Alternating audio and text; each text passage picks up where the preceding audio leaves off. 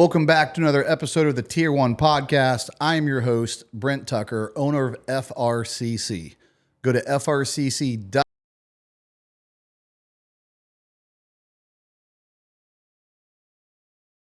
Cigars and bourbon. And I'm Drew Tucker, email reader at First Responders Cigar, Coffee, and Bourbon. Guys, I invite you to join our Patreon. Brought to you by Cobalt Kinetics. There, you will get behind-the-scenes content. There's a weapons forum. There's a fitness forum. And in the weapons forum, there's a Cobalt Kinetics weapons expert ready to answer all of your questions. So, guys, what are you waiting for? Join the Patreon today. And as always, this episode is brought to you by Performance TRT. Go to hp-trt.com.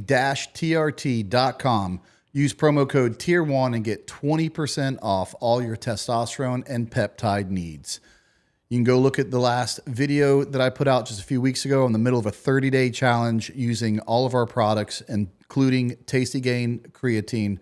So continue to watch that, watch the progress, and show you that you can get in the best shape of your life. You just need a little help. Drew, let's do it.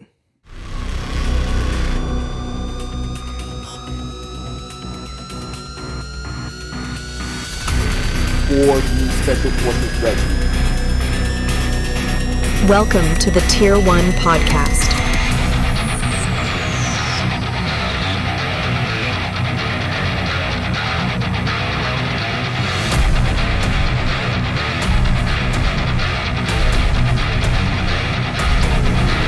This is amazing, dude. Check this out, right?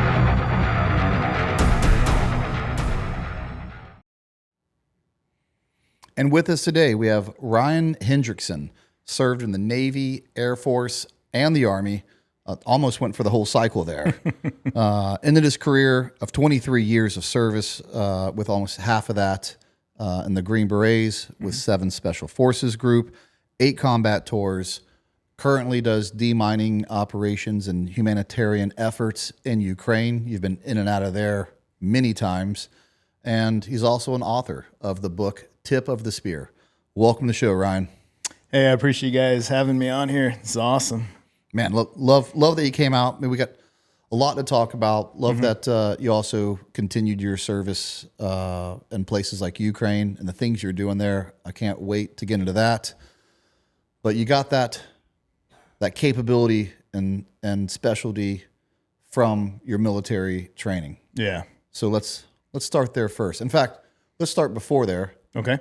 Where'd you grow up, and how'd you even get into military service? Yeah. So originally I'm from Oregon, small town outside of Eugene, Oregon, logging town, Lowell, Oregon. So for any Oregonians out there listening, yeah, go Red Devils, Lowell, Oregon. So yeah, I grew up outside of Eugene, Oregon. 1997, I'm getting ready to graduate high school. And my dad had made it pretty clear. He said, I don't really care what you do, but you can't stay here when you graduate, because if I let you stay here, then, you're going to be 40 some odd year old guy pumping gas, talking about your high school homecoming game.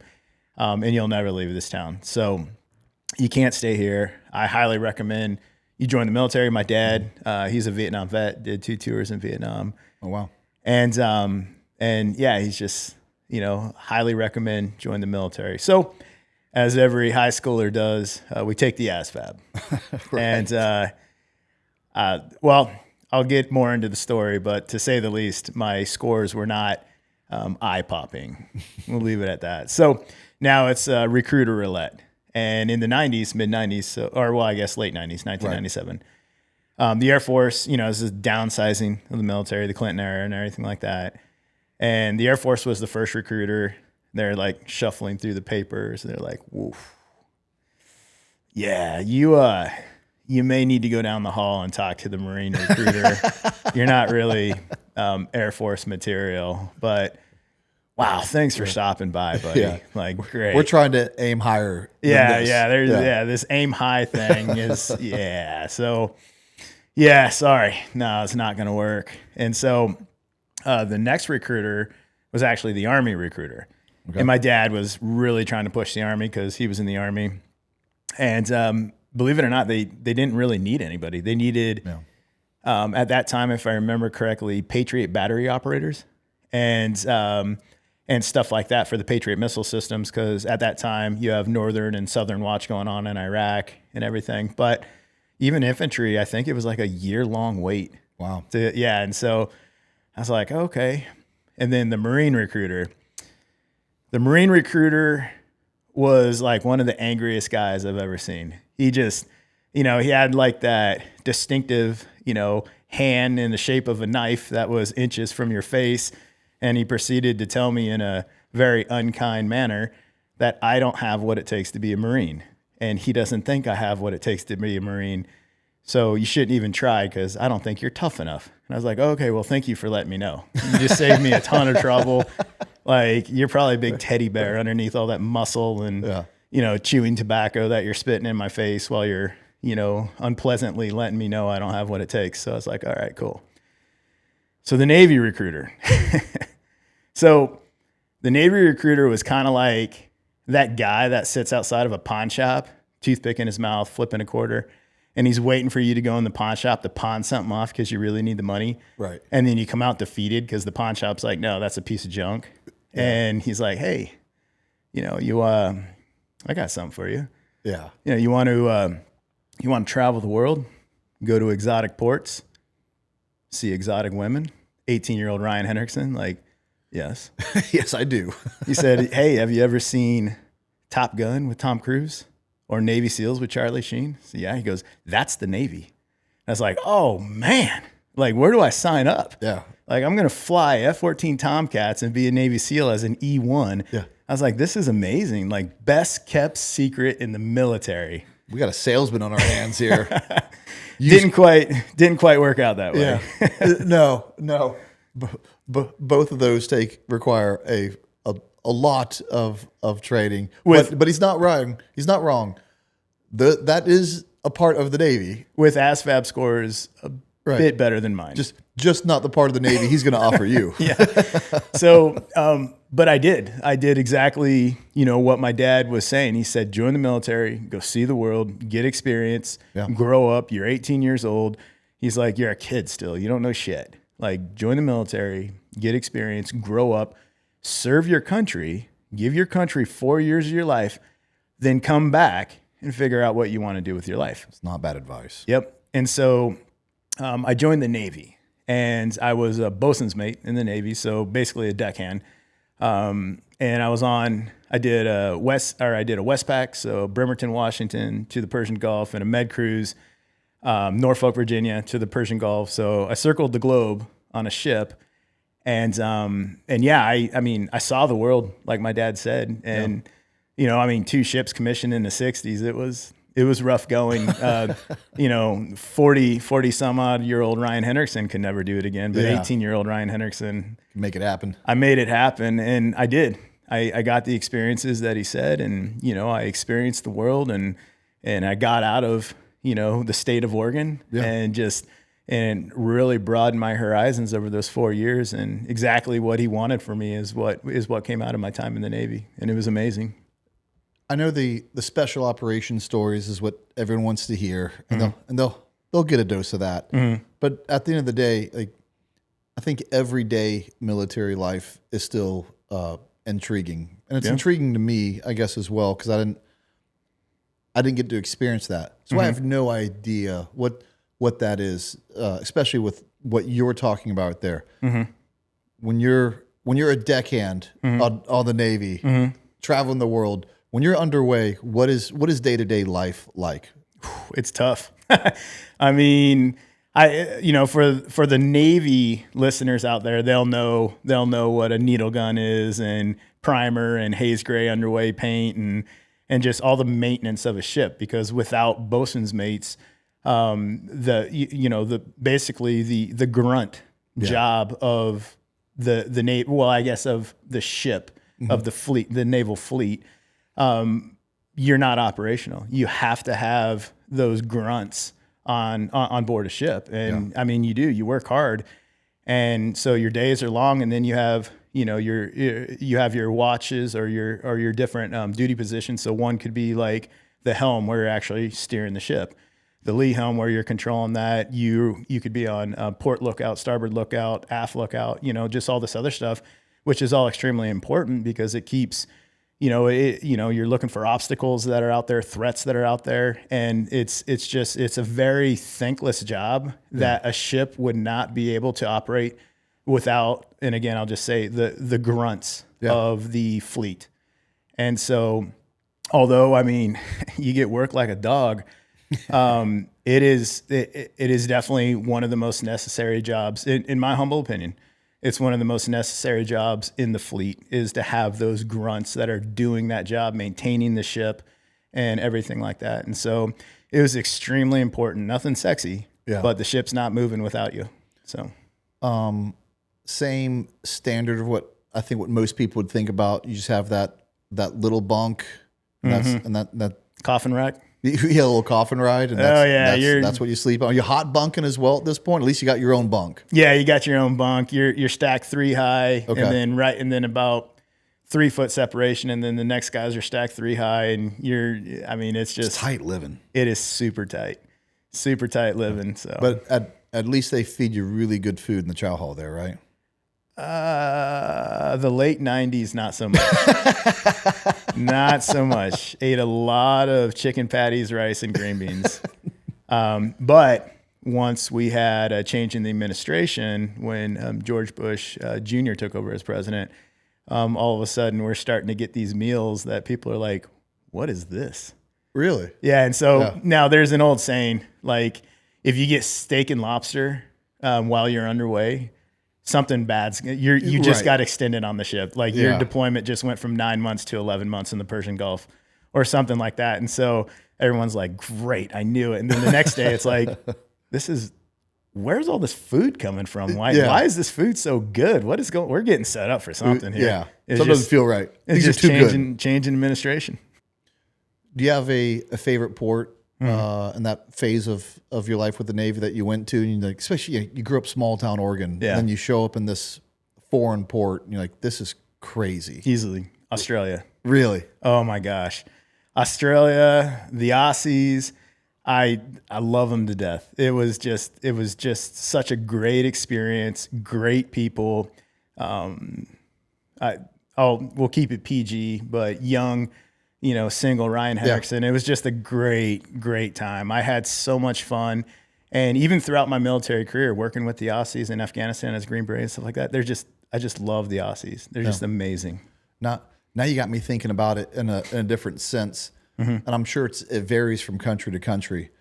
But if you think about it, you're in some foreign country and this American ship rolls in, and it's not the first time it's rolled in, and you have to know hundreds, if not thousands, of American sailors are about to descend on your town and drink and attempt to drink you dry and hit on all your women.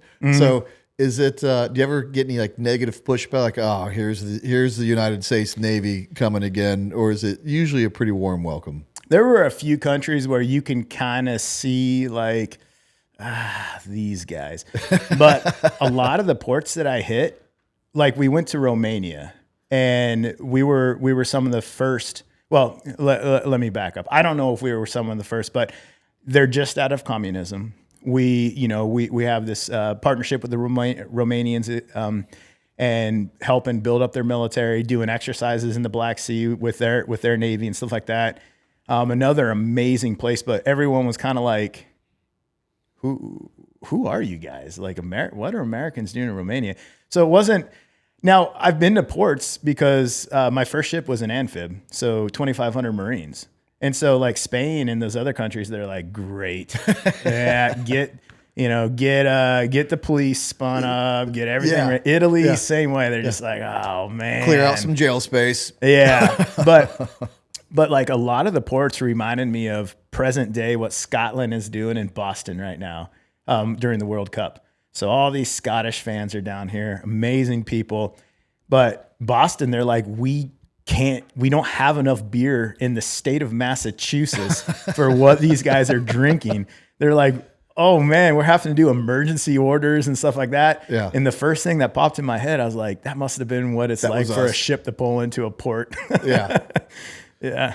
But, just hearing you talking about it, as much as hard work it was, it seems like it looks like you look back on it fondly. Like it was a good time in your life. I loved my time in the Navy. It was hard work, but everything my dad had wanted for me to see the world, to grow up, to get immersed in different cultures, not only internationally, but nationally as well. I hadn't been outside of Oregon. Yeah. Well, maybe Idaho, I think. But all that was happening. And, and on top of that, I was seeing the world and everything like that.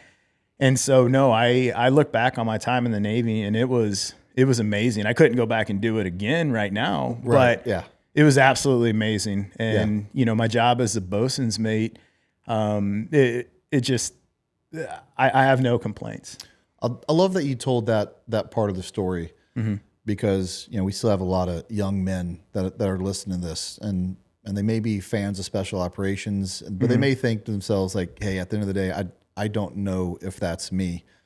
And I think things like that get overlooked by how cool special operations is. Yeah. It's not like you have to be a Green Beret or nothing. Go if that's not for you, you go serve the military. Yeah. You will still have an amazing time. You'll make the best friends. It'll be an best friends. experience of a lifetime. Don't there are more things to do than just special operations. Yeah, absolutely. I agree. I mean, the majority of the military is ran off of jobs other than special operations. Yeah. And special operations couldn't do their job without the rest of the military anyway. Not at all. So what made you leave the Navy? I did my 4 years. Okay. It was April 2001. There was just really nothing going on. I mean, we had the USS Cole get bombed. We were, when I was on the West Coast, the USS Camden, which was a resupply ship. We were second ship. The Donald Cook was the first on the scene. We were the second ship on the scene. So we were doing rescue and assistance teams and basically like saving the ship from sinking, saving the USS Cole from sinking. So bucket brigades and just all kinds of other stuff. And then it went to, it went to recovery operations, and which majority of the recovery operations were done by divers that had one of the worst jobs I think I could ever imagine. And that was pulling pieces of United States of American sailors out of the wreckage underwater and the chow hall part that got hit. And so, I had that experience, but April 2001, there wasn't a lot going on. And so I wanted to, play civilian Ryan and see if I could make it work. It's kind of crazy that you were there for that. And I have to imagine, like in this sense, when you're floating around the world on a U.S. Navy ship, you have to have this sense of we're the baddest Navy in the world because we are, and we're untouchable. Like nothing happens to us. Like we're the ones capable of doing bad things to everyone else. Yeah. And then to have the USS Cole bombing happen and be like, actually, we are vulnerable and something can happen to us. As a young man, has to rock your world to some degree to be in the vicinity of that and see that. Yeah, I mean, to this day, there's certain smells from the coal. Yeah. There's because your senses, like what you smell, what you taste, what you see, and stuff like that. And I could taste the diesel fuel in the air. You can smell the bodies that have been underwater for that amount of time. You can see, and so there's certain. I don't like to call it triggers because triggers are bad words, but there's certain things that'll bring me back to the coal, right? With just through my senses. And, I don't have post-traumatic stress from the coal or anything like that because I understand the enemy has a vote in war. Even as a young sailor, I do understand because I grew up wrestling. Not a good wrestler, but I still grew up wrestling. And so your opponent has a vote, and the enemy has a vote in war. That made sense to me, especially through the way my dad brought me up. Yeah. And so, I understood that, but there's certain things that'll take me straight back to October 2000. when I either see, smell, or taste something like the diesel in the air. When it's like Florida, it's super humid out. You're filling up your diesel truck. Yeah. And there's certain times when it's just like, boom, you're right back on the coal again. Yeah. So, yeah. I've said it before in this podcast.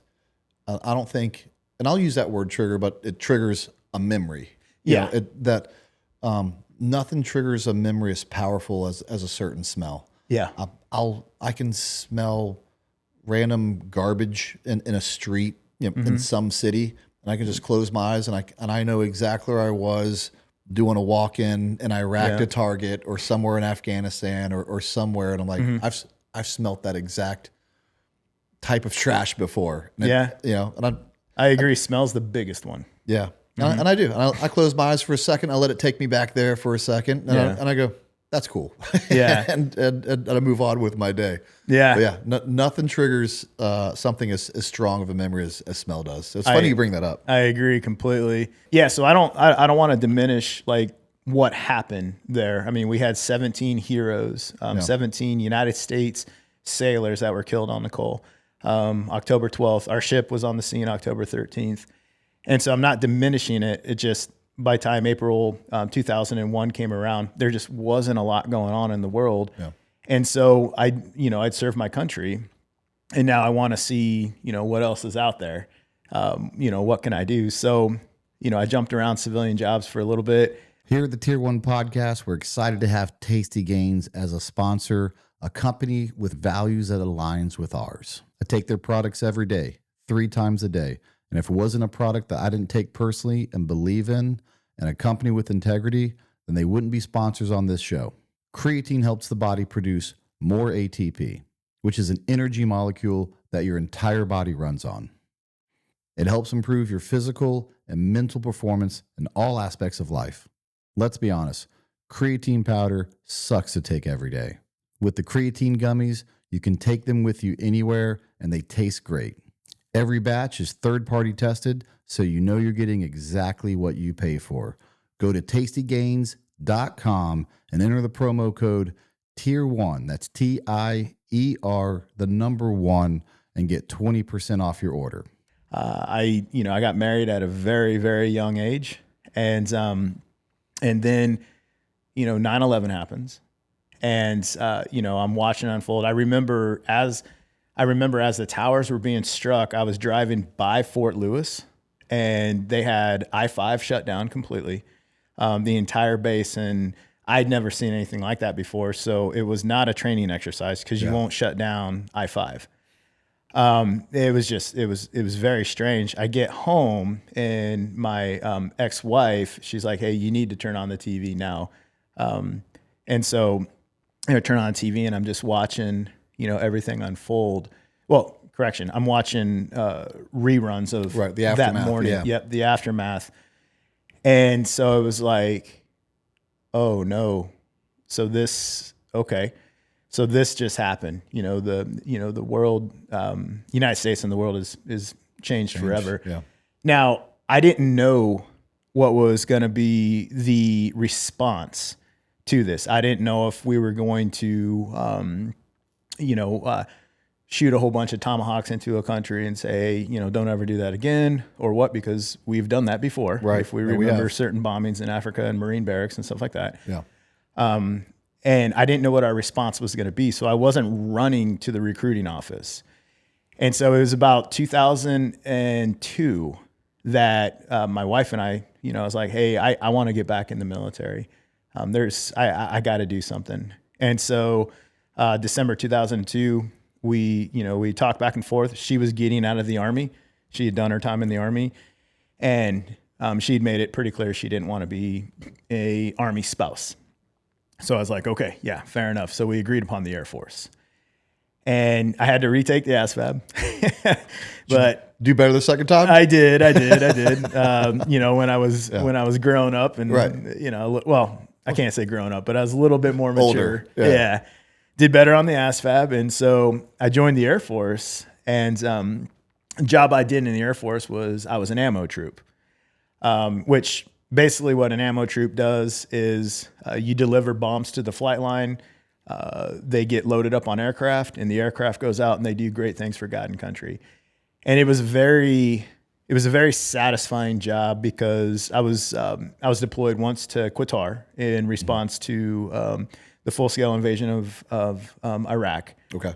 Well, I say full scale, the invasion of Iraq, and also supporting operations in Afghanistan. And then I was also in Iraq once at Kirkuk Air Base up north. Yep. And it was a very rewarding job because during that time frame in the war, 2004, 2005, aircraft would leave and they would come back Winchestered or emptied. So we were, our bombs, and again, you take ownership over your job. I got it. They're the taxpayer bombs. They're the United States government bombs. But those are my bombs. Those are my 250 pounders. Those are my 500 pounders. Those are my 1,000-pound JDAMs for gunships. Those are our 105 rounds and all this other stuff. They were saving lives on the battlefield. And so I had a lot of pride in the job that I did. I love that you took ownership in that and what some people would consider maybe, a small job because the pilot's going to get, a lot of credit for dropping them. But guess what? The pilot's not loading the bombs and the missiles on his plane. Yeah. And again, it goes back to what we said earlier. Someone has to do that. Yeah. Or it doesn't get done.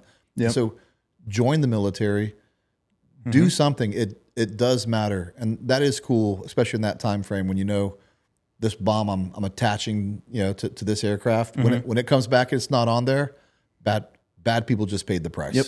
And you're a part of that. Yeah. And it was extremely fulfilling, but there was two big things happening in my life at the time. The first big thing happened in my life is my marriage was about over and completely self-induced. She is an amazing woman who stuck around way too long with a horrible, horrible human being, which was me. Nothing at all against her. No. She is extremely tough, but she stuck it out too long. She just too tough and didn't know how to say, or when it was done, it was done. So let me get that out of the way first. So marriage on the rocks and basically about over. And then when I was in Kirkuk, there was an ODA there. And, when the guys with beards walk by and, everyone that's at the smoke pit or whatever, because that's where you all congregate. Yeah. And they walk by and everyone's like, yeah, suck your chest, and, suck your stomach in a little bit. Like, yeah, we're cool, And then they walk by, you know what I heard about those guys? Oh, no, I heard this. No, yeah, they do, Right. And so one thing that's, kind of been a part of my life, since high school was going to the gym. I enjoy the gym. And so I'm in the gym working out this one day, and this, the bearded one, it walks up and he's like, "Hey, can I get a spot?" And I was like, "Oh my God, they speak?" Like, whoa, because you don't know what you don't know. Right. And so I was just like, yeah, absolutely. Well, we end up having this huge conversation at the gym. And he was like, "Yeah, man, there's another guy. He's in Iraq right now as well, but he used to be in the Air Force. He transferred over to go through, the pipeline. It's called 18 X-ray." I was like, "Wow, that sounds cool. Kind of like Cobra Commander, kind of cool, right, thing." Yeah. And so that planted the seed in my head. And so although my job in the Air Force was extremely fulfilling, there was something else that I wanted to do, but I didn't quite know what it was. Yeah. And so I'll go back to the very beginning before I joined the military. My dad gave me he told me this story, and it stuck with me my entire life. But he said there's two old men sitting on their rocking chairs, and they're waiting on death. They're going to die. And he said the first old man, he's miserable because he let life pass him by. He never took a chance. He never risked anything. He never did anything he could fail at. He lived in his comfort bubble. And from an outsider looking in, he looked like he had everything together, nice house, nice family, nice all this other stuff, but he was miserable. He was destroyed inside because he never did anything that he was uncomfortable with, that he could possibly fail at. He never risked anything. He never failed. And so he lived the life of basically being bubble wrapped. Yeah. Only doing what he was comfortable with. And he was miserable. And he was dying a miserable old man with a mind filled with I wish I would have. And then he said there's a second old man. And he said he's happy. He's content. He's sitting on his porch. He's drinking a beer probably. And he's looking back on everything he did in his life. And he said, this old man, he's failed multiple times. He's succeeded some. He's fallen flat on his face. He's done everything there possibly was to do for him. Whether he succeeded, whether he failed, it didn't matter. Whether it hurt, whether it was amazing, he did it. And he was sitting there, looking back on all of his memories, and he was content and he was happy. And he said, every man is going to have their rocking chair moment sometime in their life. You will be forced to look back on the life that you lived or you did not live. That's up to you. And he said, which old man do you want to be? And so now fast forward, I'm going through a divorce and I'm going to we'll call it the S1 office for the Air Force, maybe personnel office or something like that. And I'm changing my status from married to single because you lose pay and stuff like that. And so I'm changing the status over, and I see this poster on the wall, and it has this guy in uniform, and half of it is Air Force dress blues, and the other half is Army Class A's. And it said blue to green. Go blue to green, see your recruiter today.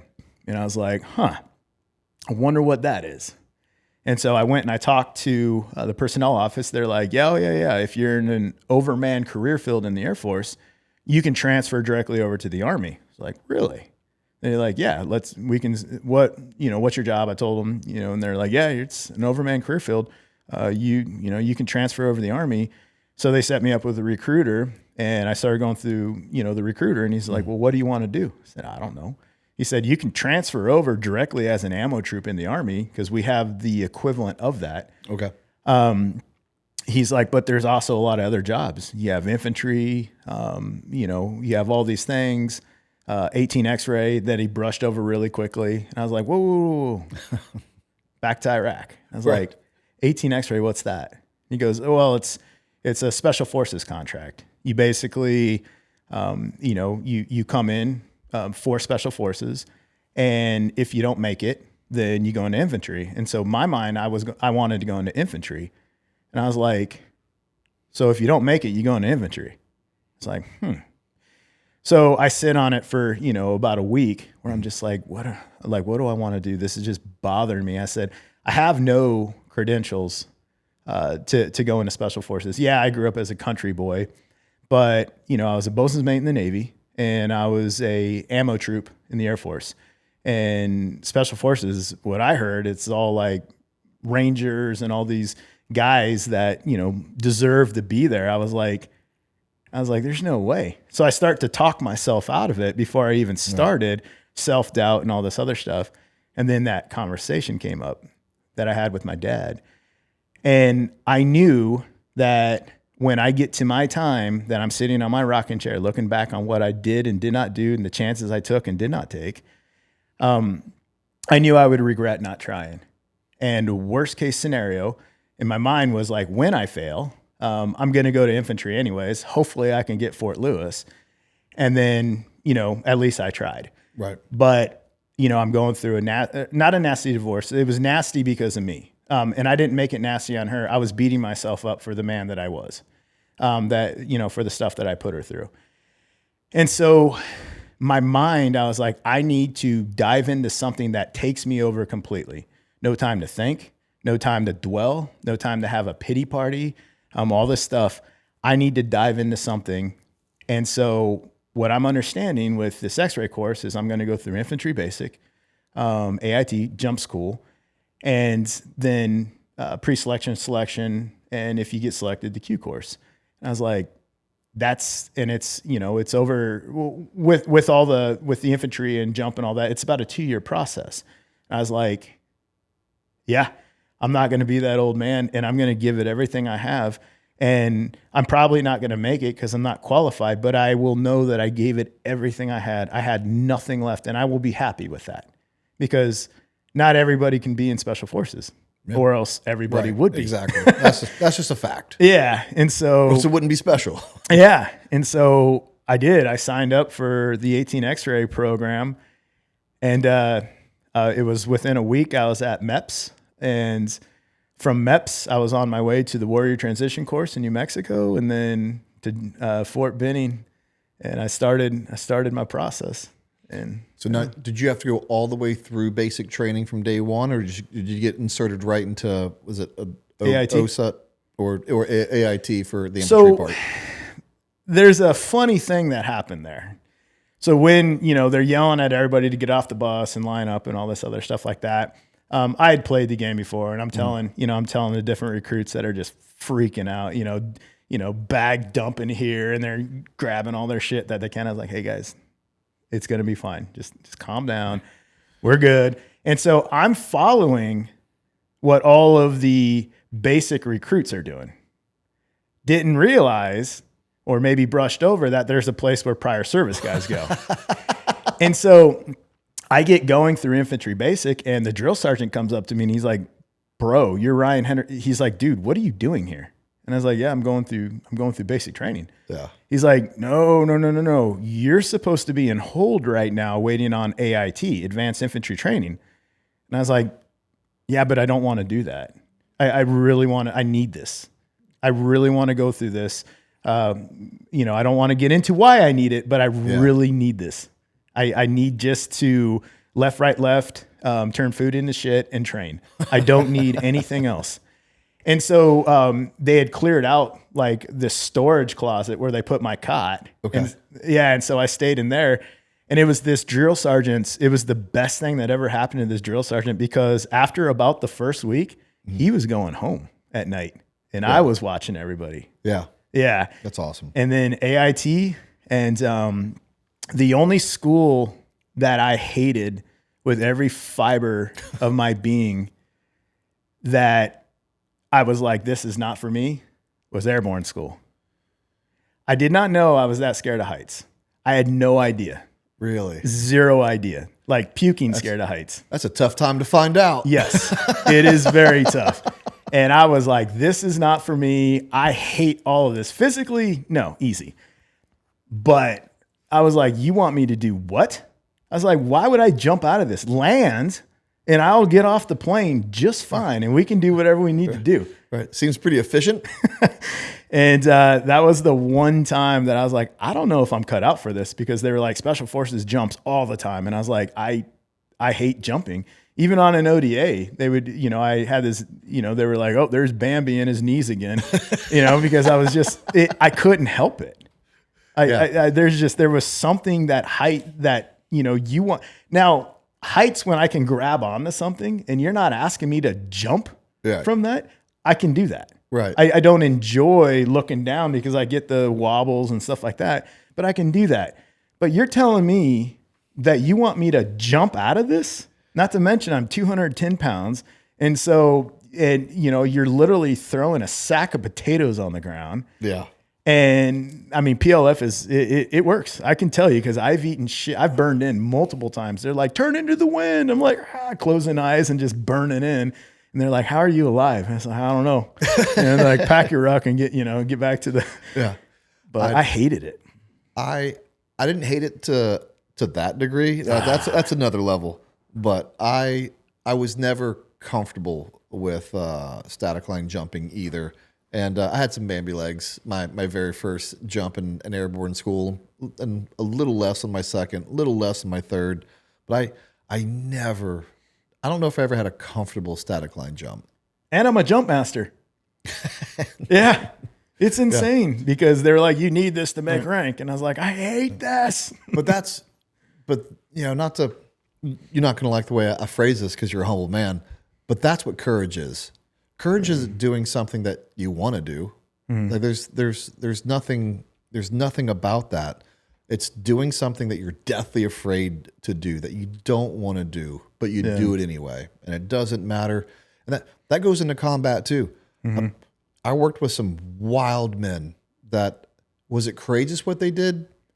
I'm not sure. Because if you don't know the danger that you just put yourself in and you're not scared to do it, then I don't know if it's that courageous. Yeah. You weren't even fully aware of how dangerous it was. So that's what I mean by courage comes from whether it be the battlefield or jumping in an airplane that you don't want to, or going into a job that you know you should do. So when you're an old man, you don't regret it, but you know it's going to be the hard path. Yeah. That's courage. If you've ever been to any of my tactical training classes, then you know how adamant I am about the use of white light and the importance of a quality, high-powered tactical light. That's why I use cloud defensive tac lights. You can't hit what you can't see, and neither can the bad guys. Clearly identify your target and simultaneously overwhelm his vision with hundreds and even thousands of lumens. Get serious about defending yourself and your family. Go to clouddefensive.com and use promo code Tier1 to get 30% off your order. That's right, 30%. You won't find a better light than this, and you won't find a better deal than this. Well, from jump number 1 to probably jump 100, my legs were still shaking like crazy. It never got easy for me. Yeah, it never got easy for me. Did you have to go through, I'm assuming you did because you're an 18 X-ray, through the SOP-C program? Yes, which is the pre-selection. That's the X-ray preparation course. Correct. Did they may have changed the name of it? No, SOP-C sounds familiar. Okay. Yeah. Yeah. To me, that was harder than selection itself. It was way harder. It was. Oh my Lord. It was way harder. I hate it when they do that. It's you have to correct me if you can remember, a special operations preparational and condition course or something like that. Yeah, it's something like that. And AKA beatdown. I hate it when, whether it be pre-ranger, whether it be pre-dive or SOP-C, when they make the pre-course harder than the actual course, it irritates me because they're gonna talk about how successful they are. Like, if when you graduate this course, we have a 95% success rate. Well, yeah, because you made it harder than the actual course. How many guys did you keep from that could have made the actual course, but they never got out of the pre-course because you made it harder than the actual course? That's a very good point. Yeah. It always irritated me. But yeah, we had some studs that got hurt in the pre-course, and that was it. They get hurt. I know. There's another one. How'd you do in selection? Selection was great. Obviously you don't get a lot of sleep, but it wasn't as brutal and violent as the prep course. Yeah. The prep course, and you just PT all day. You ruck all day. You land nav all day. It just let never me see ends. how to say this the right way. The prep course had a lot of guys there. Okay.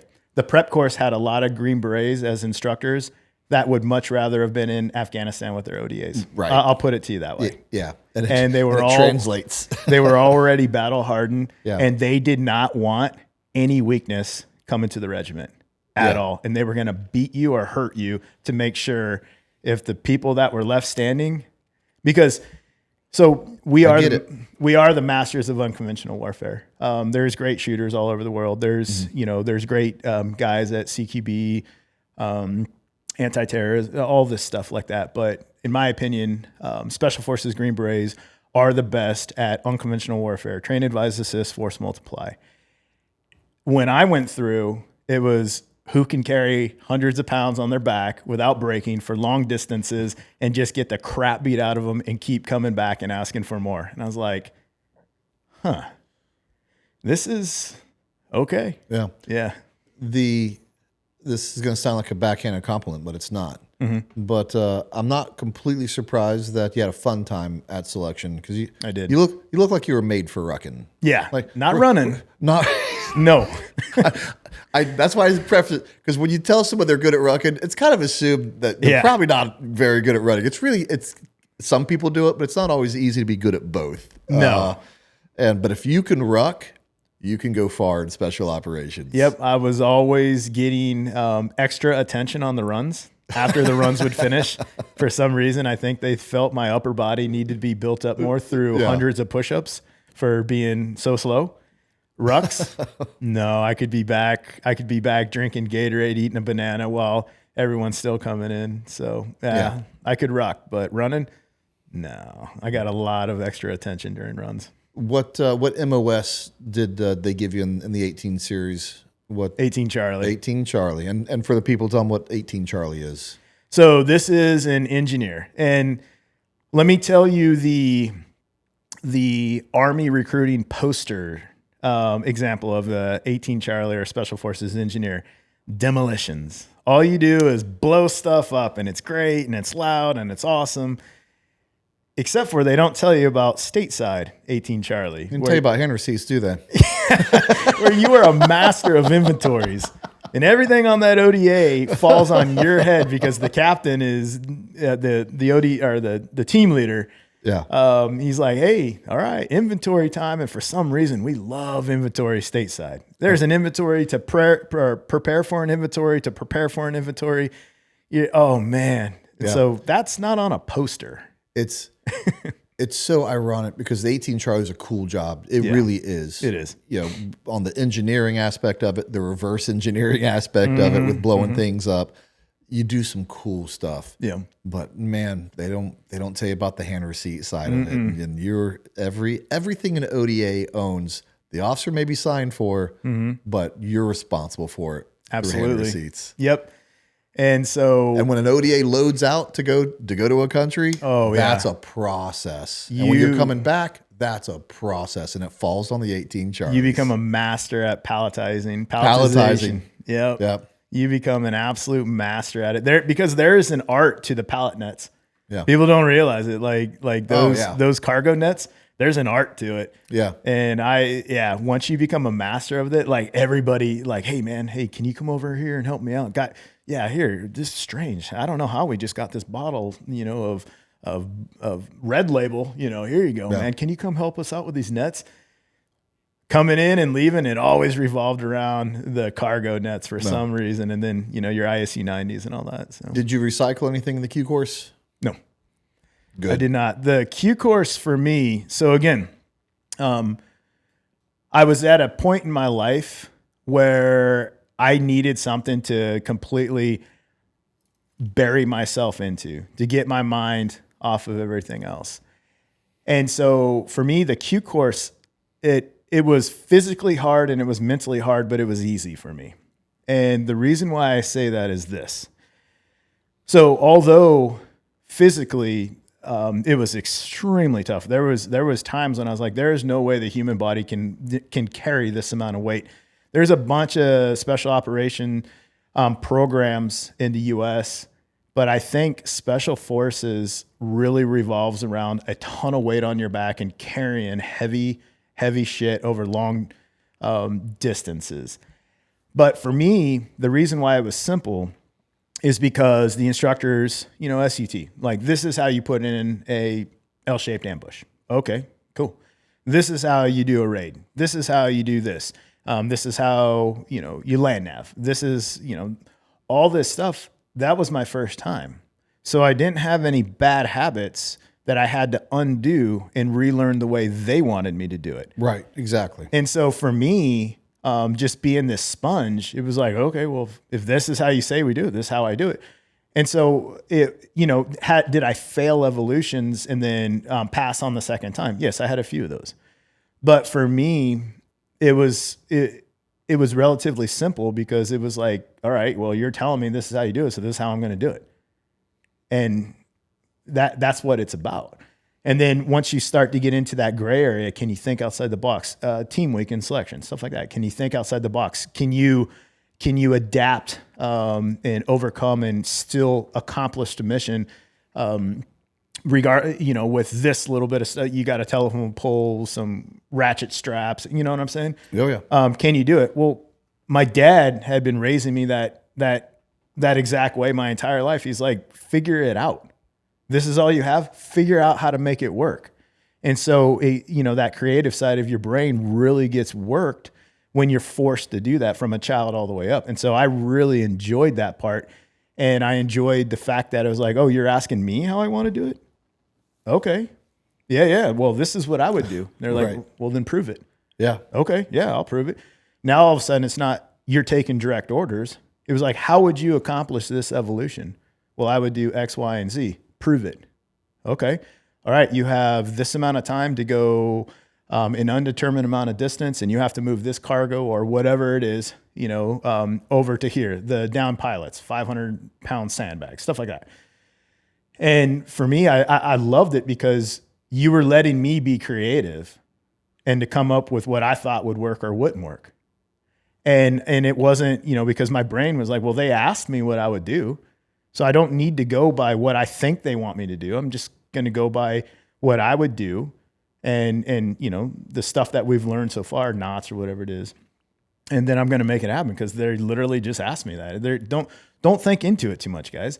And so going through the Q course as a borderline dumbass actually kind of helped me out a lot because I didn't look into things too much. The whiteboard says this. I'll give you a prime example. So we were doing the trek. At the end of selection, you have the 30-mile, whatever it is. And as we're coming towards the end, and it's early morning, you see the stadium light, not stadium lights, but the big lights, and there's Gatorade and bananas and all this stuff like that. And you're like, I can do this. And all of a sudden, you just get this adrenaline, and you're just you pushing through it, and you're like, we're almost there. And you get there, and your GPS, little tracker that's in your bootlaces. You can hear it chime, and then you look at the whiteboard, and it says, keep moving. Tons of people quit. Yeah. Because that was their end point. Yep. But for me, I was like, oh, okay, keep moving. And then quarter mile, half a mile down the road, the trucks pick us up. They just wanted to see who would keep moving. Yeah.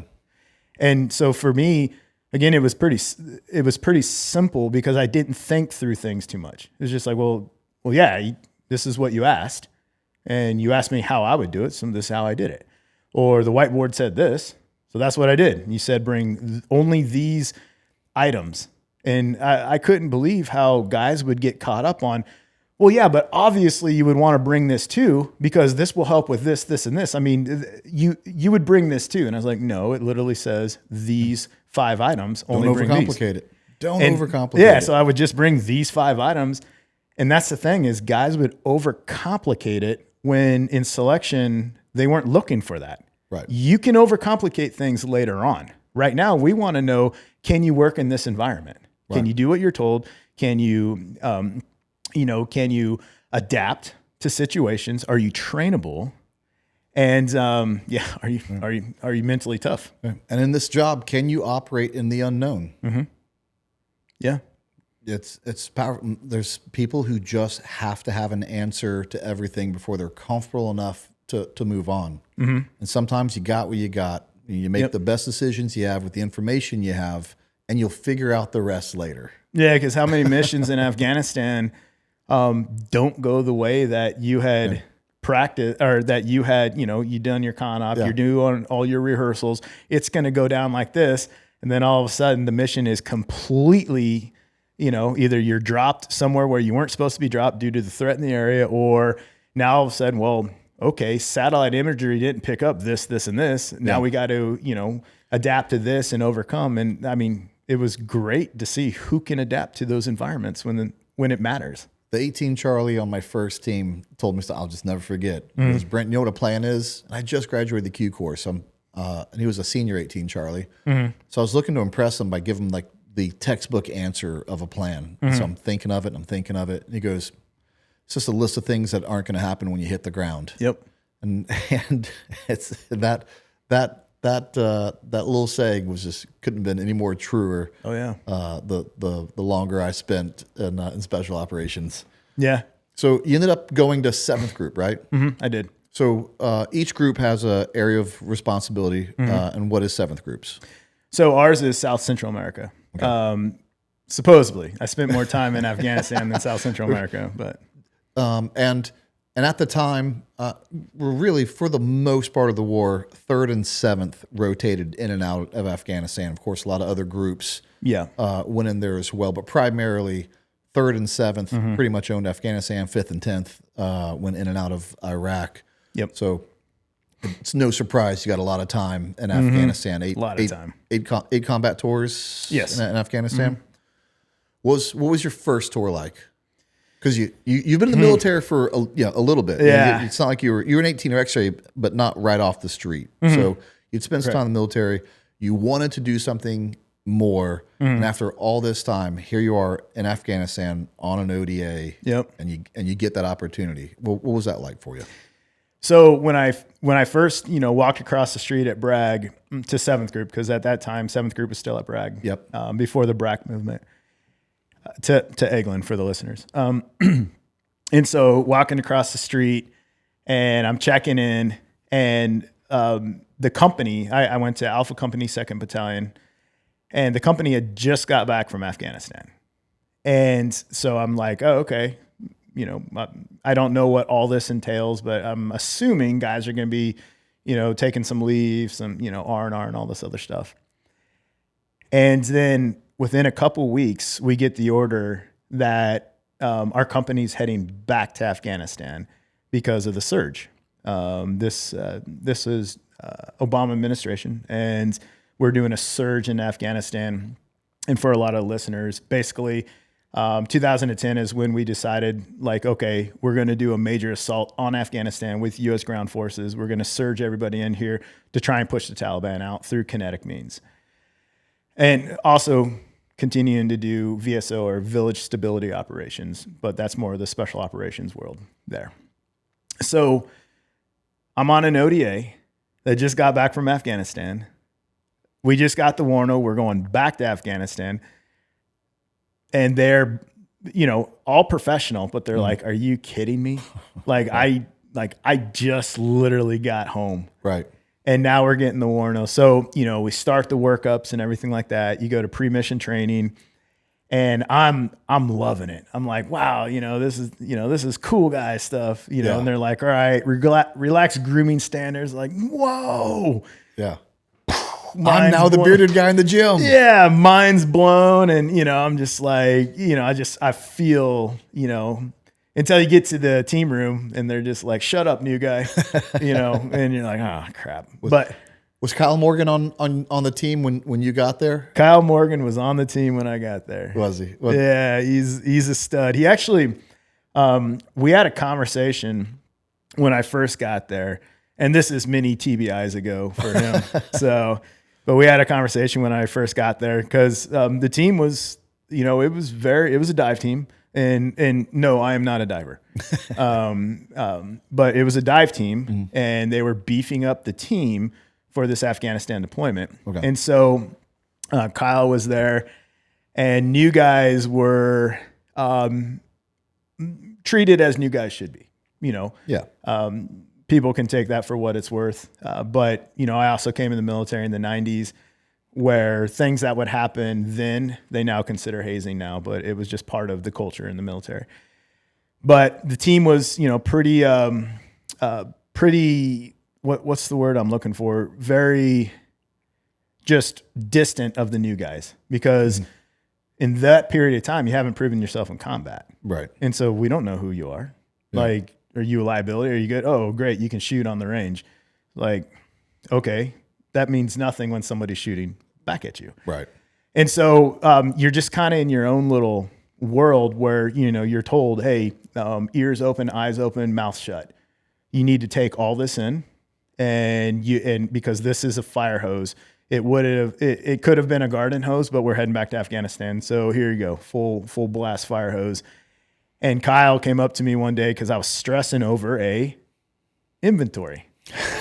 New guy on the team, they're like 18 Charlie, inventory all the team's equipment, and there was stuff missing. And I was like, I don't know, and Kyle was like, hey, dude. He's like, don't stress about this stuff. He said, all this stuff works itself out. He's like, trust me. He's like, don't stress about this stuff.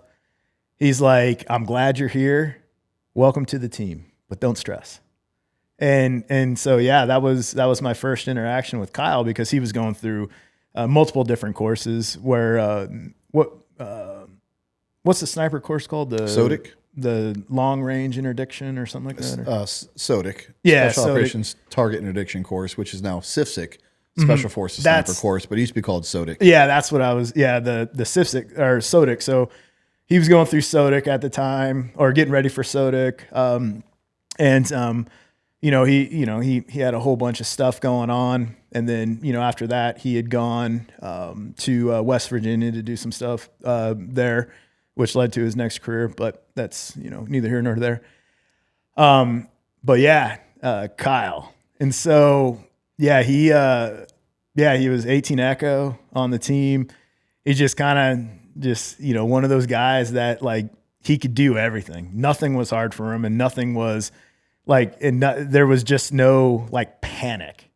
Yeah. It was refreshing to be around because he would make it happen, but there wasn't all this stress that I would put on myself because I wanted to leave, I wanted to make a good impression. I wanted people to be like, all right. And I didn't realize at that time, like, you can't make any impression at all until you've proven yourself in combat at that period of time. I'm not saying that's the way it always is, but at that period of time with a team just coming back from Afghanistan, going back to Afghanistan, make your impressions when it counts. Like, do your job, keep your mouth shut, learn. But when we get to Afghanistan, you'll make your impressions there. And so, we went through PMT, one day in PMT, these 3 black helicopters landed. I'm not talking Blackhawks. They were something else. And the chairman, Joint Chief of Staff gets off. And so everyone lines up in formation and everything like that. And his name was Admiral Mullen. And so Admiral Mullen gets off the helicopter and he gives us this brief. Hey, I'm sending you guys to a really bad area. And you guys are answering, nation's call and everything like that. And me, I was like, wow, man, Chairman Joint Chief of Staff, he must do this for everybody. But the team leader or team sergeants and stuff like that, they were just like, oh shit, this is going to be a really bad deployment. Yeah. Really bad because that's not normal. This is not normal at all. And so that all goes by. I'm new guying it up. I was like, man, that guy seemed like a really cool dude. Like, cool. But he did, it'll come into play later, but he did make a promise. And that was wounded or killed, I will personally see to every one of you guys that come back from this deployment.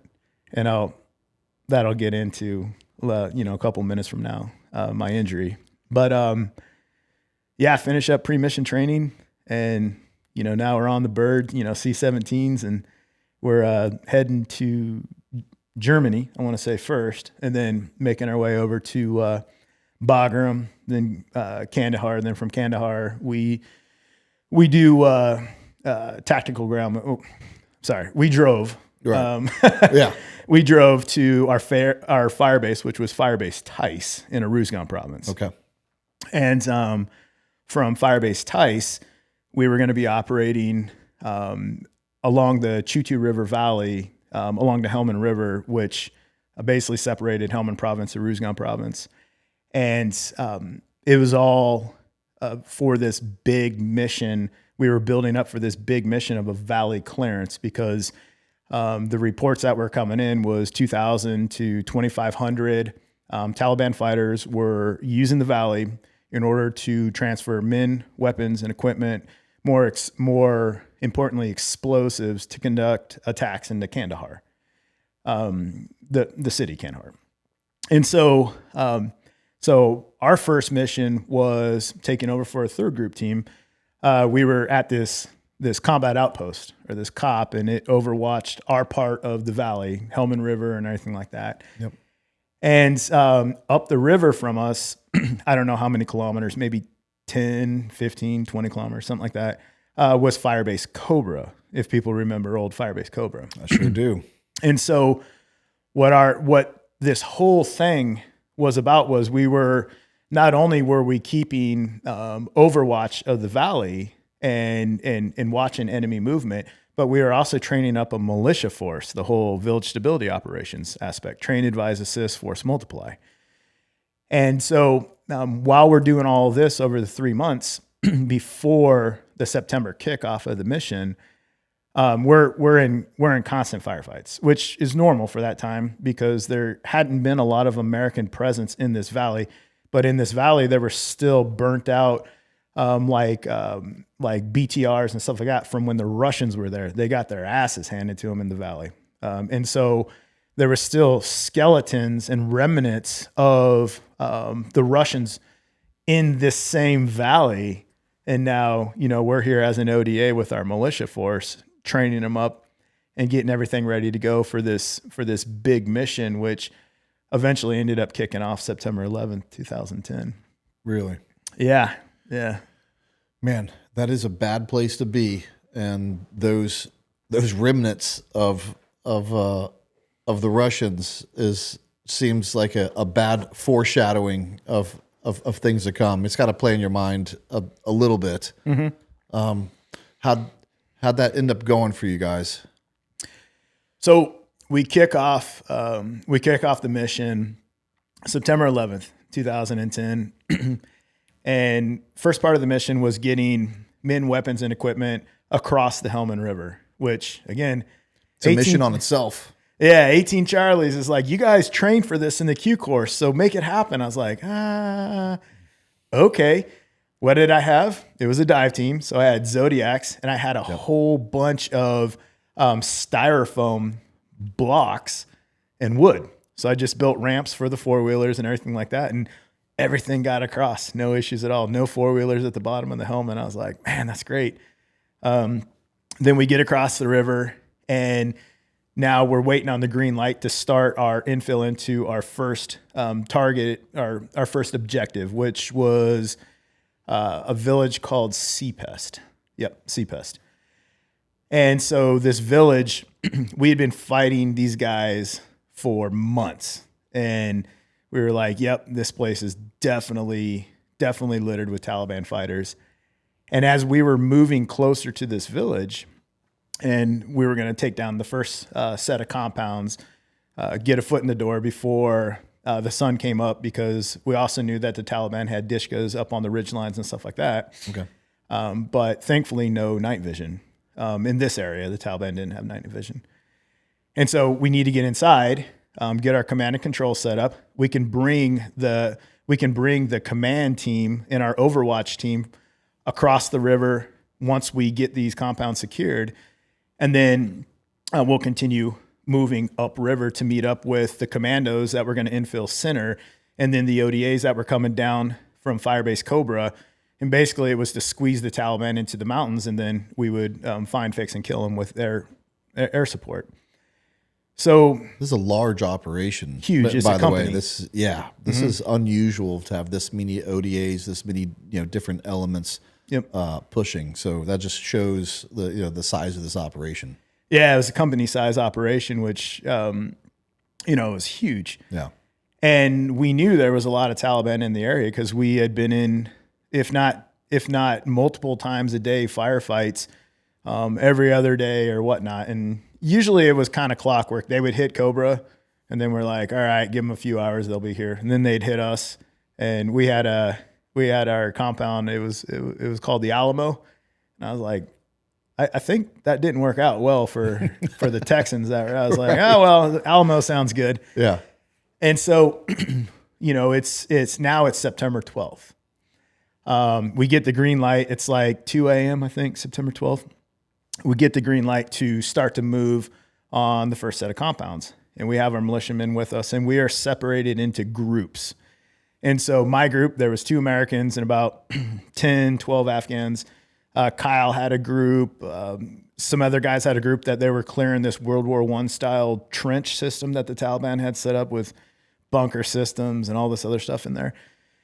And so we were broken up into groups. Well, my group, our initial job was to breach the first compound, clear it, and get it, and then get it set up for the command team or command and control. Get your JTACs on the roof and start doing what they do. And then to move on to the next bunch of compounds. So we're about 20 meters, 25 meters from the first compound. And this is meters, so it's not,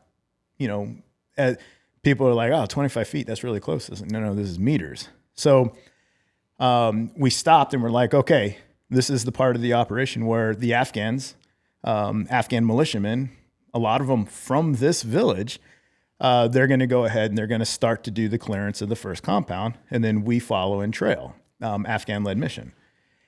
And I turned to our interpreter and I was like, all right, man, just, and we're still noise and light discipline, but the Taliban knew we were there. They're not, stupid. Right. But, still noise and light discipline, but it's like, all right, hey, Nick, let's go tell these guys, let's get going. And, I'm probably sitting there, probably poster, got the M4 up on a shoulder, looking over. It's like, yeah, Green Beret stuff. Doing really, that's me. Right. And I turn around, none of the Afghans are moving. And I was like, hey, dude, like, what's going on? Tell them, let's go. Right. And I got, because I'm a junior guy, so I got the guy that's in charge of our element. He's like, hey, let's go. It's like, oh, hey, come on, man. You're making me look stupid, dude. Like, I got a reputation to build here. And he's like, they said they don't want to go. I was like, what? Well, how can they just say that? Like, we've done months of rehearsals and they can just say that? Yeah, pretty sure this isn't an option. It's called an order. Yeah. Yeah. And he was like, yeah, they said it's too dangerous. And I was like, I know, that's why we're here. Yeah, I got it. Yeah. And so he tells them again, and they have a conversation back and forth. And he said, Ryan, they said you should go first because you have better equipment and you're better trained. And it's very dangerous. And I was like, well, yeah, if we were in Texas, then I absolutely would go first because it's my country. Right. But this is their country, and for a lot of them, their village. So let's go. And I turned around to tell my counterpart, it's like, hey man, they're not moving. And he goes, go get Nick away from that compound right now. Oh, well, what are you talking about? So I turned around and looked. Our interpreter, the only interpreter we had for the mission, with a bunch of militiamen. So when bullets start flying, if you can't communicate with the militiamen, you have a very bad situation. So he had wandered down to the breach point or doorway. I'm still trying to be relevant in the special operations world. He'd wandered down to the doorway and he was trying to wave them down there. And I was like, oh crap. And so, outrunning my headlights, adrenaline taking over, I ran down to the doorway or breach point, grab him by the shoulder and say some stuff in his ear like, PG version, get back to our last position. This is really stupid.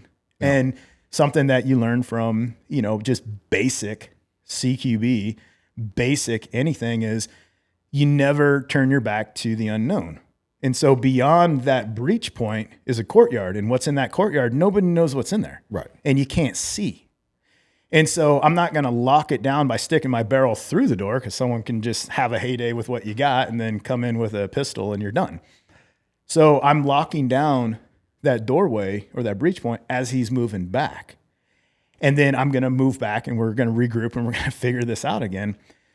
And so as he's starting to move back, and this is all happening in seconds. I'm talking in minutes, but this is all happening in seconds. As he's starting to move back, I see something move in the corner of the compound. And if you're in this village and you're alive, then you're a bad guy. There's no civilians in this village. There's no animals in this village. If you're in this village and you're alive, you're a bad guy, and I'm going to kill you. And so adrenaline took over, but I couldn't get a good sight. I couldn't actually see what was moving. Chances are it was a cloth on a line or something like that. So I take a step inside the breach point or the doorway to get a better idea of what I'm looking at to hopefully, what I thought was, was to kill this dude. And boom, I stepped on a pressure plate IED that was right in the doorway.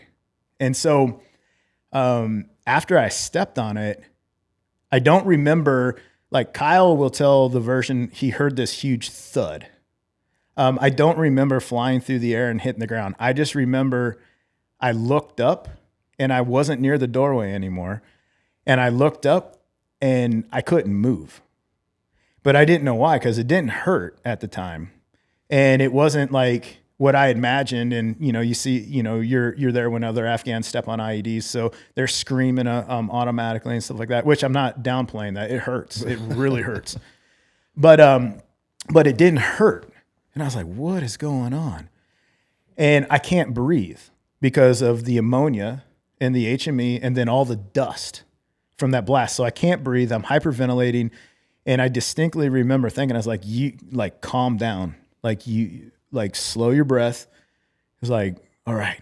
And I have a 3-day pack on because we're ready to be dismounted for, 48, 72 hours before our first aerial resupply. Right. And so, not to mention all the C4 I have in my bag, because let's go back a few minutes ago. I am an 18 Charlie. Yeah. The cool part of the job, demolitions.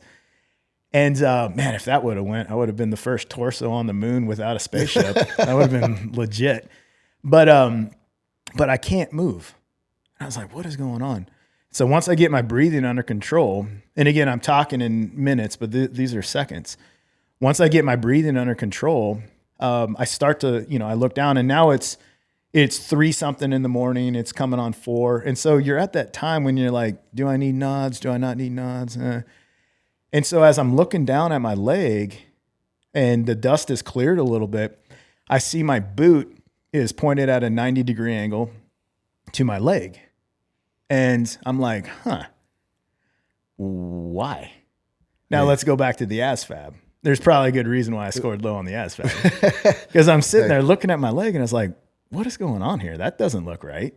I don't remember taking my boot off. And I remember thinking that distinctly. I was like, when did I take my boot off?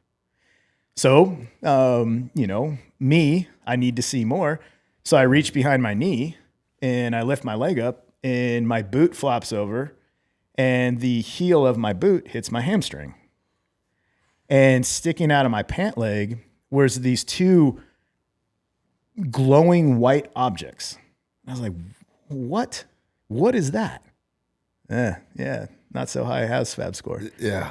Once it hit me, that was my tib and my fib. The pain rushed in, and I didn't know what to say. And I just started screaming like, I'm hit. And I was like, what do I do? And obviously we've trained, if you get hit, you do self-aid and then you do buddy aid. There's a reason for that, because in an area that's IED'd, your team can't run up to you. Right. And so you need to get that tourniquet on yourself. You need to do self-aid so your team can get there and do buddy aid, and then you can move out. So I'm trying to get my tourniquet on, but again, we're dismounted we're prepared for, a minimum 48 hour without resupply. So my cargo pockets are full of shit, and I couldn't think through taking things out of my cargo pockets. So I'm trying to tighten this tourniquet down over everything in my pockets. and I couldn't do it. And then I start losing strength, but I still see blood. And I was like, I can't do this. Yeah. I started to look back, and I can hear the team on the radio and stuff like that. Cause again, this is happening quickly. Yep. But I look back, and it seems like the team is getting further and further away. And as the team gets further and further away, all of their voices sounds like it's echoing down a tunnel now. And I remember I laid my head back and I was like, oh man, I'm going to die here today. Like, my team can't get to me. I can't save myself. Like, this is like, I'm going to die here today. Yeah. And it's insane because, though if my team didn't get to me, that's what happens before you die. And I was just like, this is insane. And so this huge, no atheists in a foxhole. And so I start praying. Yeah. I'm praying. I'm like, God, wow. Like I'm in it now. I need strength. Please, please help me. Please take the pain away, something. But I don't think I'm going to live through this. And then I start looking back on my life and this, F5 tornado path of destruction that I had left, and all the people that I hurt, they all came back quick. And I remember thinking, I was like, man, I'm going to die here today. Hadn't hurt all these people, just being a selfish little boy. And it sucked. Like, damn. Yeah, it was tough. It was very tough. And so I remember laying my head back, and, listeners can take what they want from it. Did you just accept death and give up? I probably did. And so I laid my head back And I just accepted it. And I closed my eyes because I was so tired. I just wanted to sleep. And then all of a sudden I get slapped across the face. And I look down and there's an Afghan that's trying to take stuff out of my pockets. His name's Haji Lala. He's trying to take stuff out of my pockets to save my life, to get my tourniquet on. And then I'll just say his first name, George. He gets there and slaps the shit out of me. And I'm like, that hurts. And he goes, that hurts? Right. Yeah. And then Kyle's on top of me. And it's like, okay, holy cow. Now the pain is back. The pain had kind of gone away for a minute. And now it's back and it's even worse because, like, let me tell you what, when you properly put on a tourniquet, it hurts extremely bad. And they're just cranking down tourniquets. Now all of a sudden, the Taliban, they had an ambush put in for us up the river a little bit. I had ruined their plans by stepping on an IED further down the river, which if they wanted their plan to work out, they shouldn't have armed those IEDs. But my bad. Didn't mean to wreck your party. And so now they're trying to put in a hasty ambush on us because if I can close the distance with you, you can't drop bombs on me. And so now all of a sudden, Overwatch has opened up. You hear the 50 cal, you hear the miniguns, 60 millimeter mortar. I think it was 60 or maybe it was 120. I don't know. But mortars would come in and then air would come on station. So obviously mortars cease and then air does what they're doing. And so it's becoming kind of chaotic. And they're trying to get Dust Off or Medevac to land there and pick me up. And Medevac's like, we can't. We see Taliban fighters with slung RPGs. Like you have to move him back. What turned out to be over 1 kilometer. That's 1,000 meters. And I know, but you have to move him back. Like we cannot pick him up there. You guys have a real mess on your hands. You have to move them back because we're about ready. We need to be able to deconflict aircraft and all this other stuff that's going on. And so, they put my tourniquet on, and they had actually splinted my leg with the buttstock of my M4. Really? Yeah. Kyle knows more about that than I do because I think he was the one that was like, here, use the kind of thing. And then now it's like, hey, we need to pick Ryan up and we need to move him. And so there was some indecision on the team with the team sergeant, stuff like that. I'm not going to name names, but finally, and I remember, one other thing. I remember the Taliban came over ICOM chatter and they were playing that horrible celebration music. Like we just killed, the infidel or however many numbers, the interpreter saying like, they said they killed 500 of you guys. And it's like, wow, that's okay. But they're playing that horrible music because they got me. And that was very, very difficult for me to hear. And then hearing the radio transmissions with our captain trying to get Dust Off in and them saying, we're not landing there. An entire air crew or one guy is like, I don't think you guys understand. He's going to die. I didn't know how bad it was. And so the decision was made. We got to move him back a click. And the team sergeant was shell shocked because the explosion, it was 25 meters, but it was in his vicinity and he was shell shocked. And Kyle was like, and he was like, I'll leave out a lot of the colorful words, but he was like, hey, make a decision. And finally, I'll never forget this. He said, fuck it. You're out. I'm in. I'm picking him up. We're moving him back to this location. And Kyle picked me up on his shoulders. Extremely painful.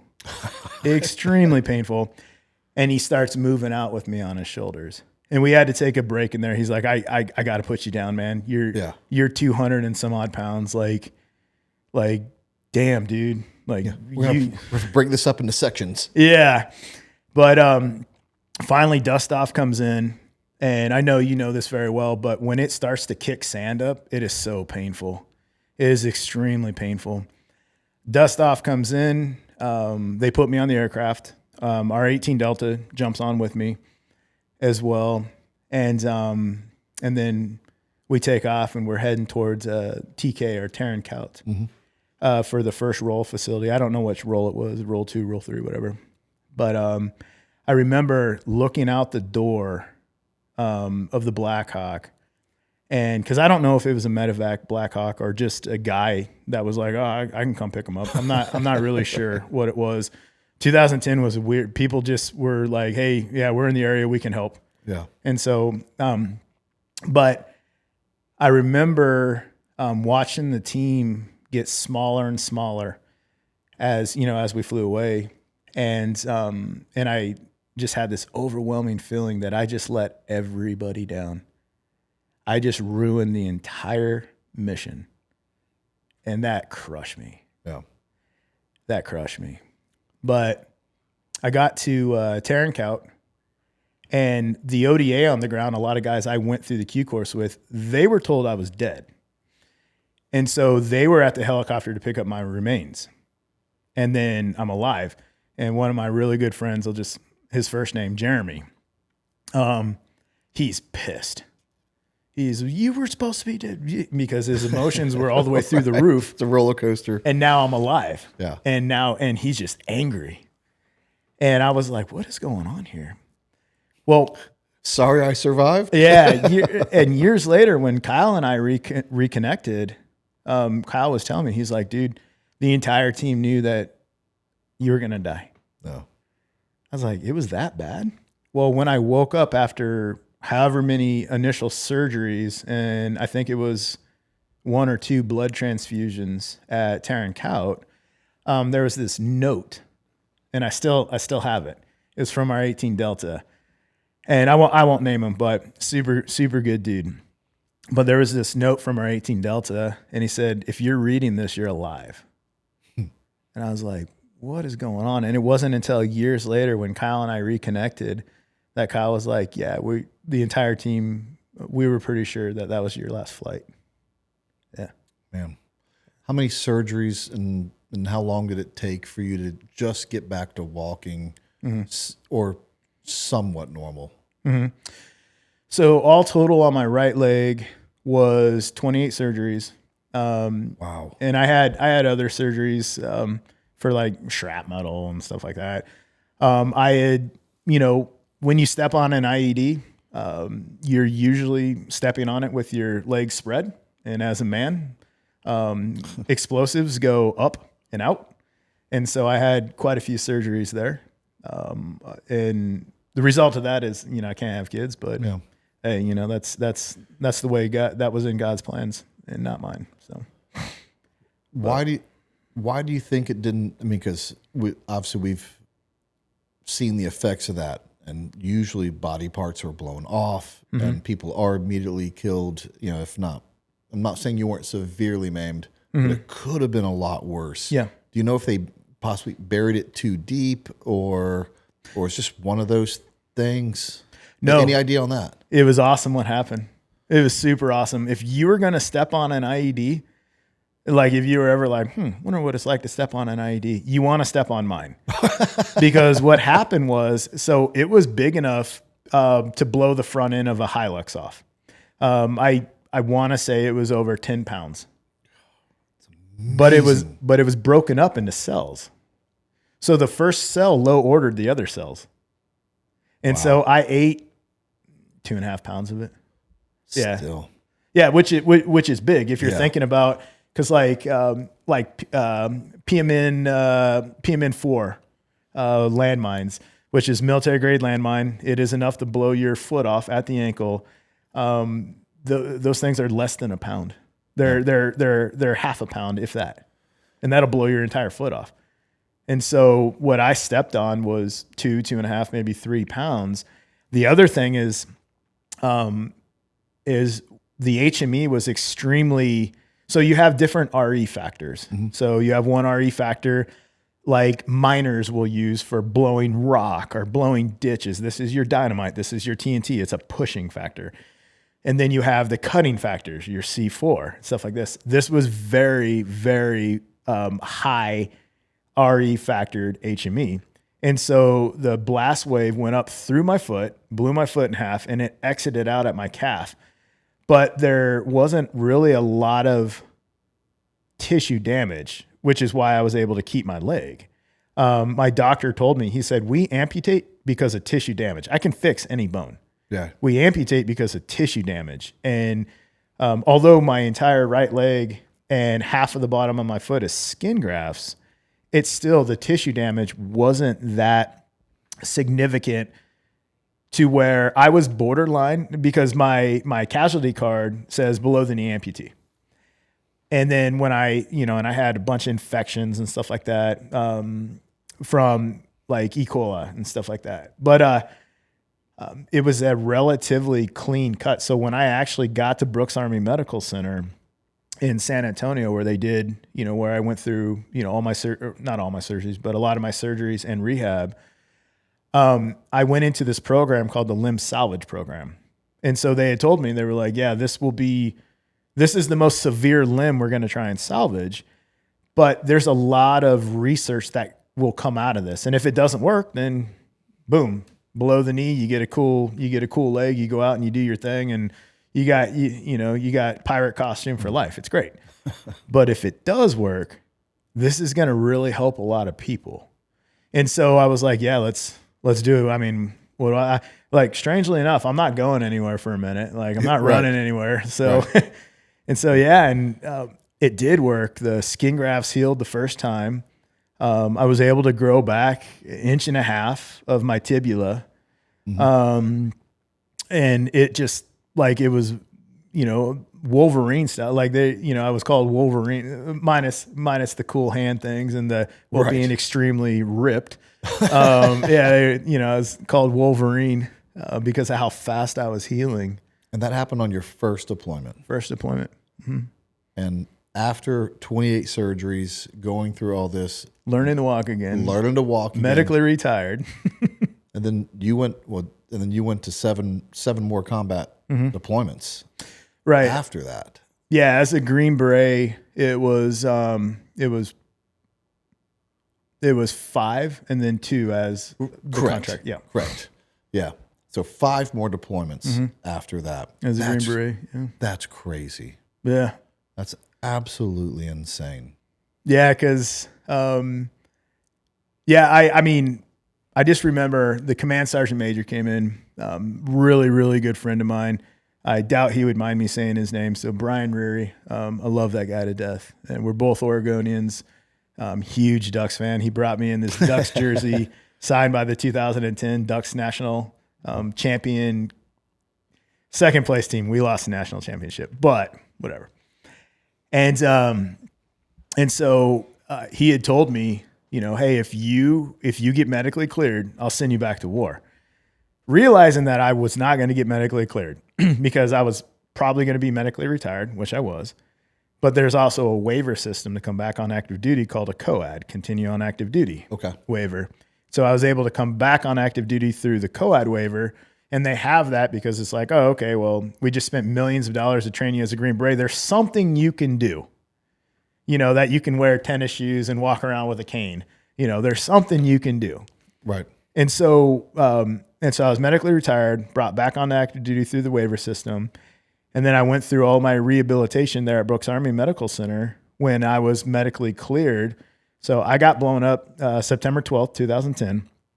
And I left Brooks Army Medical Center November 2011 to report back to 7th Group. They were getting geared up for another deployment back to Afghanistan. And so they were leaving in January. I was like, oh, okay, cool. Or February 2012. And so there's this program, amazing program. 7th Group, I know all the groups have it. I'm fairly certain SEALs have the same thing. But it was it's called the Thor 3 program. And it was basically a program called Return to War. And this program is great for jump injuries, motorcycle injuries.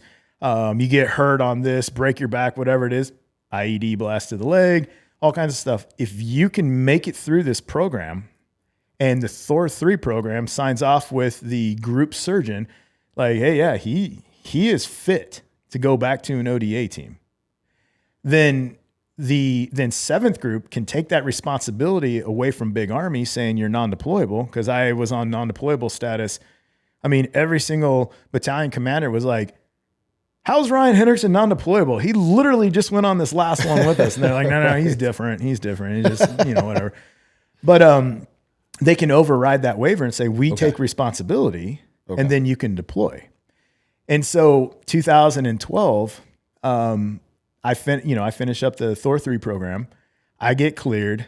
The entire company's gone. So nobody there really knows who Ryan Hendrickson is because I got blown up as a new guy.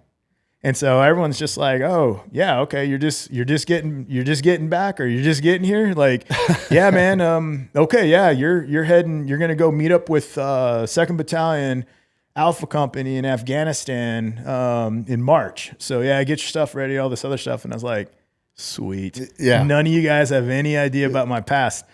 That didn't come forward until I get to Kandahar, and the company sergeant major walks out, and he was like, "What are you doing here?"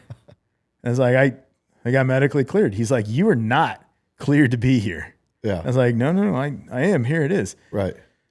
So he was the company sergeant major. The battalion sergeant major, Brian, comes out and he was like, "Hey, I'm glad you're back, man. Promise is a promise." He said, "I hope you're ready for this." I was like, "What do you mean, sergeant major?" He goes, "Yeah, the team in Panjwai District, Kandahar Province needs an 18 Charlie. And you're heading to probably the worst area in Afghanistan in 2012. He's like, "I hope you're ready for this. Let me know now if you don't want to go. We'll put you at the talk. You can work your 9 months here." And I was like, no. And so my first trip back was to Panjwai District, Kandahar Province, probably the nastiest, scariest place I've ever been to, including Ukraine. Yeah. Yeah. But what a chance at redemption to some degree, right? Because you just said, and it's always true. Our biggest doubter is usually ourselves. And you feel like you let everyone down. But the only way to throw that self-doubt off is to get back in the game, get back at it, and prove not just to them differently, because they don't think you have anything to prove. It's really yourself. You got to prove it to yourself. Absolutely. And I want to be very transparent with the listeners here. It did not come without a price. No. When I was going through rehabilitation, or surgeries and rehabilitation, I went through the darkest, worst periods of my life where I had that line in the sand drawn in my head. If things get worse than this, I'm going to kill myself. Yeah. And so it's not that I'm this great triumphant guy that, is hard as woodpecker lips and all this other stuff. No. It's the exact opposite. I went through hell, and most of it self-induced, but I went through hell. And the reason why is because of this entitled victimization pit that I threw myself. Well, I dug it and then I threw myself into it. And my dad, I'm fairly certain my dad's an angel. Fairly certain. He has a rough background. My dad wasn't always a good guy. My dad was a bad dude. You look weird at my dad, you're fighting. Alcohol was a friend of his, and he could be a very violent guy. Not to us kids, but Vietnam was always there for him. And so, but when my dad found God and he started to work, his journey through Christ, he became this man that when he gave advice, it's because he's been there before. He had his line in the sand. He found God at the end of a shotgun because he was going out to kill himself, and a car pulled up thinking he was broke down, and in that car was a preacher. Yeah. Talk about weird, right? And so my dad gave me this bit of advice in some of my darkest times. He's gave me tons of advice, but he said, we need to have a talk because you're going down a very, very dangerous path that you don't have the strength to come back from. And he said, right now, you're at a brick wall and you can either go left or you can go right. And let me tell you the direction you're heading in right now. The turn you are about ready to make, you can't come back from. What it is you are now becoming your injury. And because of that, and your injury is taking you over, you are becoming entitled to what you think you deserve because of this injury. And so with that entitlement, what's happening is you're demanding everybody understands what you went through and what you think you did for them. And people can literally kiss your feet and cry and say, thank you for your service. It will never be enough because you cannot fill an entitlement void. I mean, hell, watch the news. Like we have a country of entitled kids right now. You can't fill this entitlement void. And so when that void doesn't get filled, you turn into a victim. Poor me. I did all this and now look at what I get. Look at what's happened to me, all this. And so this entitlement void creates a victim. And with victimization, you continue to dig a deeper and deeper and deeper hole until you get to the very bottom of this hole and you hit rock and you look up and it's impossible to climb out of it. You pushed everybody away from you. People keep throwing ropes down and ladders down. Climb out. We got you. And you keep cutting them. No, you don't understand. You don't, whatever it is. He said, and so once you've pushed everybody away from you that is actually here to try and help you and you're all alone, he said, that's when I don't think you have the strength not to kill yourself. Because that's what's happening with veterans right now, is they've gotten themselves into such a deep pit and they have cast away every single attempt to help them, whether it's ropes or ladders or whatever. And this is all metaphoric. And now, due to their victimization and their entitlement and the mental health trauma, and I mean, going through all those surgeries, the meds don't help at all either. I get it. You need them. But he said, I don't think you have the strength not to kill yourself. Or there's another path you can take. He said, as dark as the times are right now, and as like bleak as it seems, he said, this is a sliver in time. All this is going to pass. But let me tell you what's going to happen. The two old men, well, there's another thing that you're going to have to do as an old man. You're going to look back and you're going to have to reconcile with how you handled this situation. The pain. Did you own it? Did you man up? Were you strong through it? Or did you allow it to take you over? Did you hurt people around you that were trying to help you? You're going to have to look back on how you handled this situation. He said, don't allow yourself to get to an age and look back and regret what you did in this moment right here. He said that path you can take. He said, use this experience, use this pain. God doesn't waste pain. Pain is the greatest teacher of all time. Use this experience, use this pain to build yourself up and make yourself stronger, but don't do it for you. Build yourself up, make yourself stronger so you can help other people. He said, that's the answer. He said, you don't realize you got the golden ticket. You should be dead, but you're not. You remember all that stuff you were thinking while you were laying there along the Helmand River waiting to die, all those regrets. He said, you can go back and undo all of that. He said, your past is your past. Use all those experiences, the bad, the ugly, the truly evil stuff you did. Use it to build yourself up, make yourself stronger so you can help other people. And that way, what you're going to be doing is you're going to change your life around, and you're going to be doing something that instead of destroying everything in the world around you, you're doing your part to make the world a better place. He said, those are the two choices you have. And he said, but one of them is going to cost you your life. One of them is going to give you your life. And that was super powerful. Super powerful. Wise words from a wise man. Yeah. And they had lasting effects. And that's got to be a hard conversation to have with your son, though. But to be willing, he's been that man for a long time. Yeah. He was willing to look at you as an 18-year-old and be like, got to get out of the house. Mm-hmm. That's not an easy thing to tell your kid, get out of the house, because it's going to be hard, but it's the best thing for you. Mm-hmm.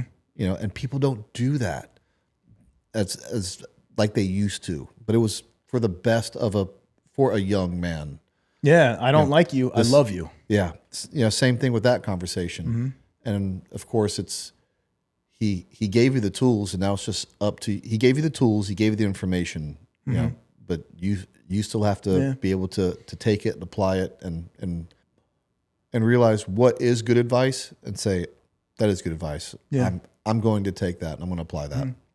And but that story, that dark period of my life, I tell that because what happens is a lot of times people will listen to, you know, these special operators or professional athletes or something like that, and they will be giving you advice on how to live your life.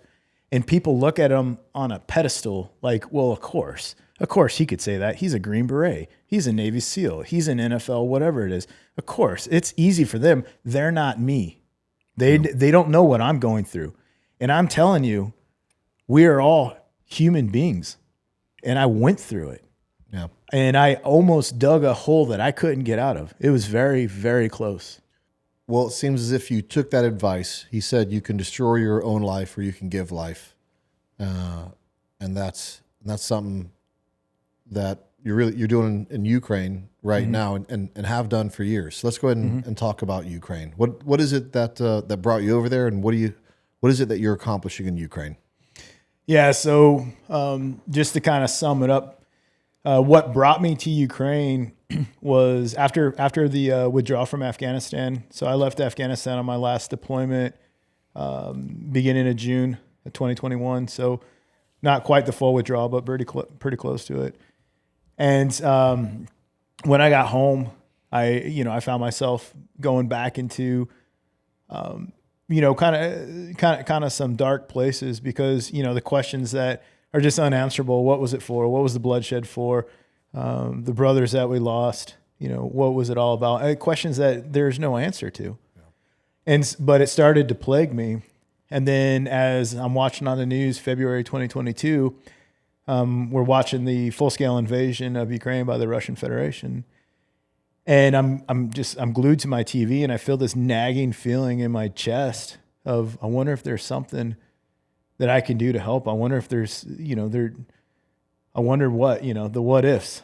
And then, it's, that feeling is something that I know you know very well as well. It's de oppresso liber, to free the oppressed. And so, as I start to talk myself out of it again, it's like I have no ties to Ukraine, know nothing about Ukraine at all. The two old men on a rocking chair came back to me, and I don't want to be that old man that looks back and wish I would have at least tried.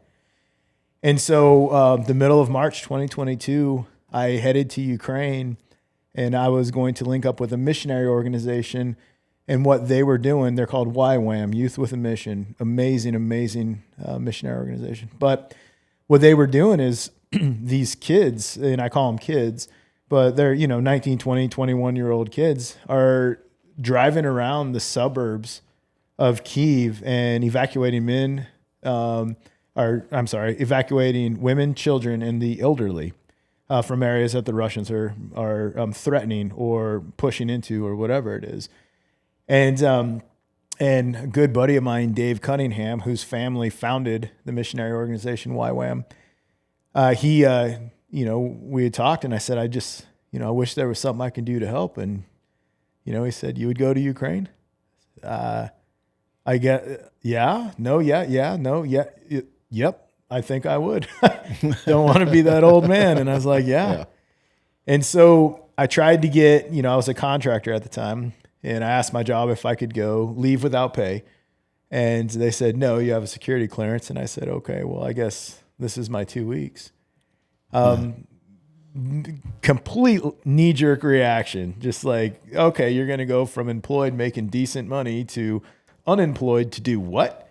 But I didn't want to be that old man wishing I would have at least tried. So I love it. The first trip over there, it was evacuating women, children, the elderly out of areas the Russians were moving into. As the Russians started to conduct their withdrawal to the east in the Kyiv region, that was in April 2022.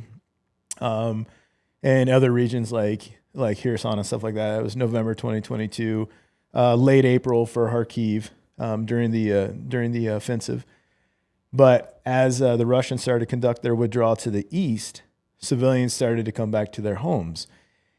And so once the Russians left areas that a lot of listeners would probably understand, and you and I both know very well, places like Bucha and Irpin, we were going in there to help the civilians that were coming out of cellars. At first, they thought it was a trick by the Russians. They're like, there's no way.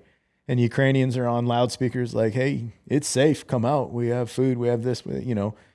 And once they started to come out, looking at these people that have just gone through, 30, 45 days of what they went through. And I wasn't there, so I can't call it what I don't know. But they went through some stuff. Yeah. And we were in Bucha and Irpin April 4th, 2022. And that's when Zelensky had opened it up for international reporters because he wanted them to see what had happened there, the massacres and stuff like that. And so that's when we were in those areas. And all of a sudden, after the withdrawal from Afghanistan, and I know this isn't a podcast on that, but I felt like we abandoned. This is my Ryan Hendrickson's personal feelings. I felt like we abandoned our partners. We left them to die. And I didn't want to do that again in my life. And so I was going to do my part and what I could do the best that I could. And that was now in Ukraine. And so, and so helping these people out that had just lost everything on a scale that I've never seen before, because warfighters, we're really good at doing war. The aftermath of it, the civilian suffering, what the civilians go through that they're only guilty of being in the middle of the war. I didn't really have a lot of experience with that. Now I'm starting to see, the suffering on a whole nother scale, but I'm also starting to see humanity and neighbors helping each other out and everything. And so, and them being so thankful that an American was there to help, and just because I'm an American. And what that did for me was it gave me this renewed sense of service that I had lost after the closure or after the withdrawal from Afghanistan. And with that renewed sense of service, I now had purpose, and with purpose comes hope, all through helping other people. And as the Russians continued their withdrawal to the east, civilians started coming back to their homes, and that's when they started hitting landmines. So wildfires, tornadoes, earthquakes, hurricanes, whatever, once the danger is past, people will go back to see what's left of their homes, to start to rebuild, to collect the valuables, the memories that were there.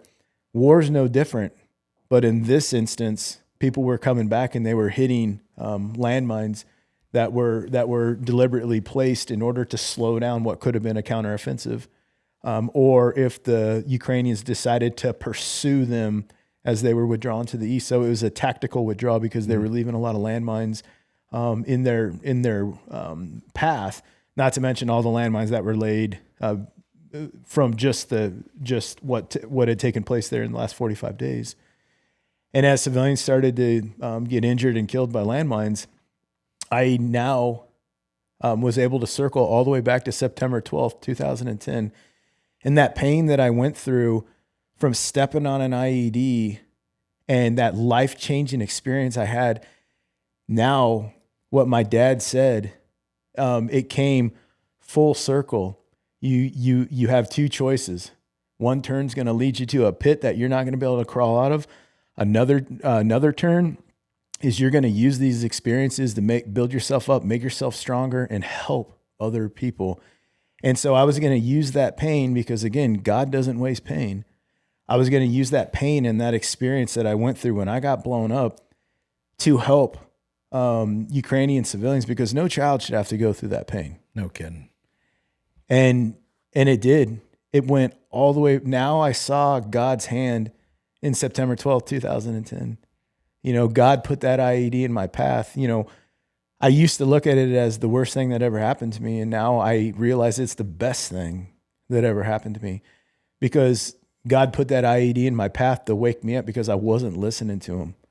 And he was like, all right, you're an idiot. Your ASVAB scores show it.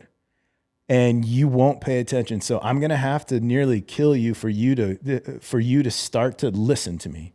Yeah. And, 2010 to 2022, I was like, oh, okay. And I can just see God. He's just like, wow, you are special and kind of stupid, but We all are. It's not just you. yeah, We all are. I was using those experiences to help other people. And I created this nonprofit, Tip of the Spear Landmine Removal, because the power that I got from helping other people and the purpose and the hope that was restored in me through humanitarian means in a risky situation at times. If that helped me out, I wanted to share it with other veterans. I wanted more veterans to come over and to help people and see the power behind helping other people and how that gives you back service, purpose, and hope. And so, we created the nonprofit, and it's not just demining. I kind of pigeonholed our organization when I was like Tip of the Spear, landmine removal. I mean, we do all kinds of things. Yeah. And teaching, agriculture, reconstruction, whatever. But we created this nonprofit. I just got back from our 13th mission in May, and we created this nonprofit because the main reason behind it is because there is an immense power in helping other people. And we have a veteran mental health crisis going on in our country right now. And, you can throw as many prescription meds at it. There's all kinds of, and I'm not bashing veteran organizations. There's many veteran organizations that do amazing things, but these 5 to 10 day camps or hunts or something like that, that's amazing for reconnecting veterans. But it's, in my opinion, it's not long enough. And we bring you over 45, 60 days. We put you in this environment, helping other people. It's going to start to rewire your brain. And you're out of your norm, your known, which is the United States. So it's almost like you're back on a deployment again. You're amongst people. There's a language barrier, and you're kind of doing what you did in the military, minus the destructive part. But now you just went from military to humanitarian, and now you're seeing the entire other side of what war does to the innocent. And it's a weird way to say, but it is extremely healing. And you can see God working in some of the darkest places I've ever been, especially Ukraine. You can see God's hand at work in the people. And that's one thing that I want to do with our mission is we pray every time before we go on the minefields. But my prayer isn't necessarily about safety. My prayer is, use our actions to spread your word. I want to spread the word of God through our actions and what we're doing here. And that's Tip of the Spear landmine removal. That's why we created it. I love it. I love it. Yeah, I tell people all the time, when you get out, you have to find purpose. Mm-hmm. You have to find a purpose because you had it in the military. Yep. Of course, the number one place you'll find purpose and, more importantly, peace is the book behind your book right there. Yep, absolutely. The Bible. Mm-hmm. But men need a purpose in life. Mm-hmm. So and that's what you have found, and that's what you're giving other people. And I love to hear that, Ryan. I absolutely do. Yeah, and I'm a reborn again Christian. Like my walk with Christ, I finally surrendered myself probably the end of 2023. And then, I went through ibogaine therapy and stuff like that to where I had, my ego death. But I just surrendered. I was like, I can't do this anymore. I cannot continue I cannot continue to try and save myself. I was like, I don't have the strength. I'm tired. And again, I'm pretty sure God's just like, wow, you're stupid.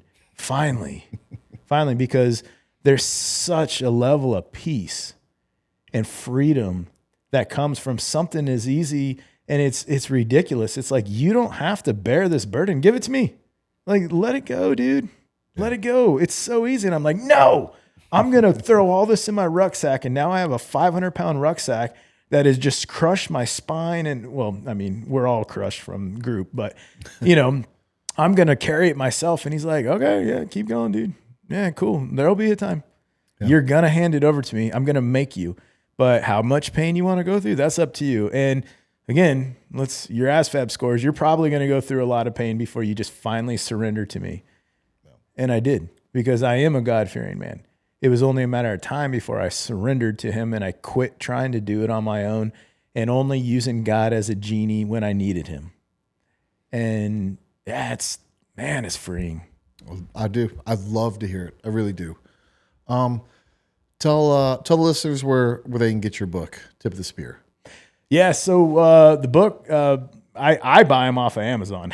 That's the easiest for me. But we have a website. It's landmineremoval.org. Okay. And there's a link for the book there. And then there's RyanMHendrickson.com, and there's a link for the book there. But yeah, I literally just Googled Tip of the Spear, Ryan Hendrickson. Amazon pops up.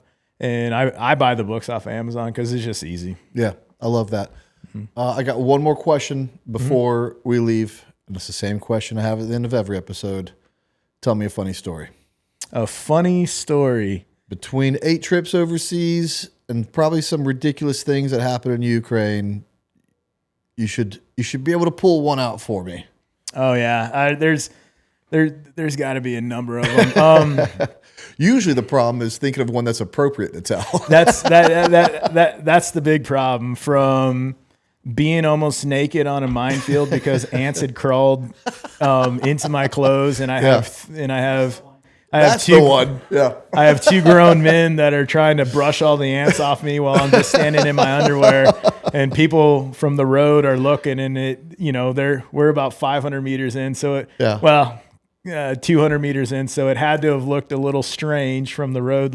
Yeah, I'll take that one. There's a lot of language barriers there. And so it's like, what exactly is going on this field right now? Yeah. Could you imagine driving by and just seeing that?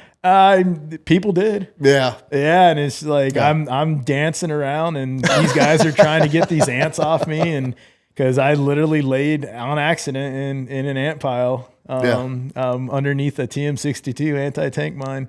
And I was trying to probe underneath it to see if there was any secondary devices. Mm-hmm. And I was like, I don't even know the feeling. I just was like, wow, that feels weird.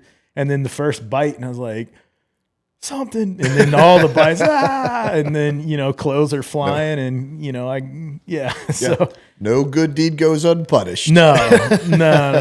So that was one of them. The funniest story ever, though, this will top it. All right. Was Peru. Our ODA was in Peru, and myself and I had 2 junior Charlies at the time. I love them to death, Tyler and Frankie. But we were doing this little, hey, we're bored, we're up here in the jungle. Let's do a cool guys don't turn around for explosion video. It's like, okay, yeah, cool. Yep. So we had set up just a little charge, and we're like, yeah, let's do it. And it was on a pole line. And so, we got the GoPro set up and everything. And the charge is set up on this tree, and we're walking away, and I pull it, and it's like, boom. And it's like, yeah, we're like, yeah, high fives. Don't turn around, guys. Cool guys don't turn around for videos.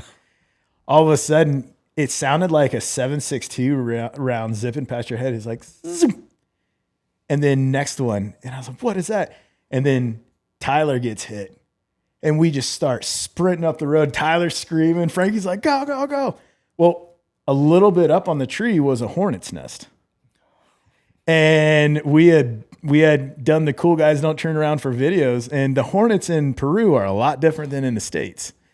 And when it exploded, we pissed them all off. They saw us. Yeah. And it was and it's all on video. Yeah. Cool guys don't turn around for explosions, but they'll run for hornets in Peru. Yes, it hurt really bad. Tyler's clothes are off. He's rolling around in the grass, and it was a mess. But that's the cool guys don't turn around. We got a twofer on that one, Drew. We got a twofer. All right, we got a live to get ready for that you're sticking around for, and by the time people watch this, they'll more than likely have seen you on the live. Mm-hmm. So let's get ready to reset this thing. and do a live. Absolutely. Thanks Sounds so good. much, Ryan. Yeah, thanks for having me on, man. Oh, loved it.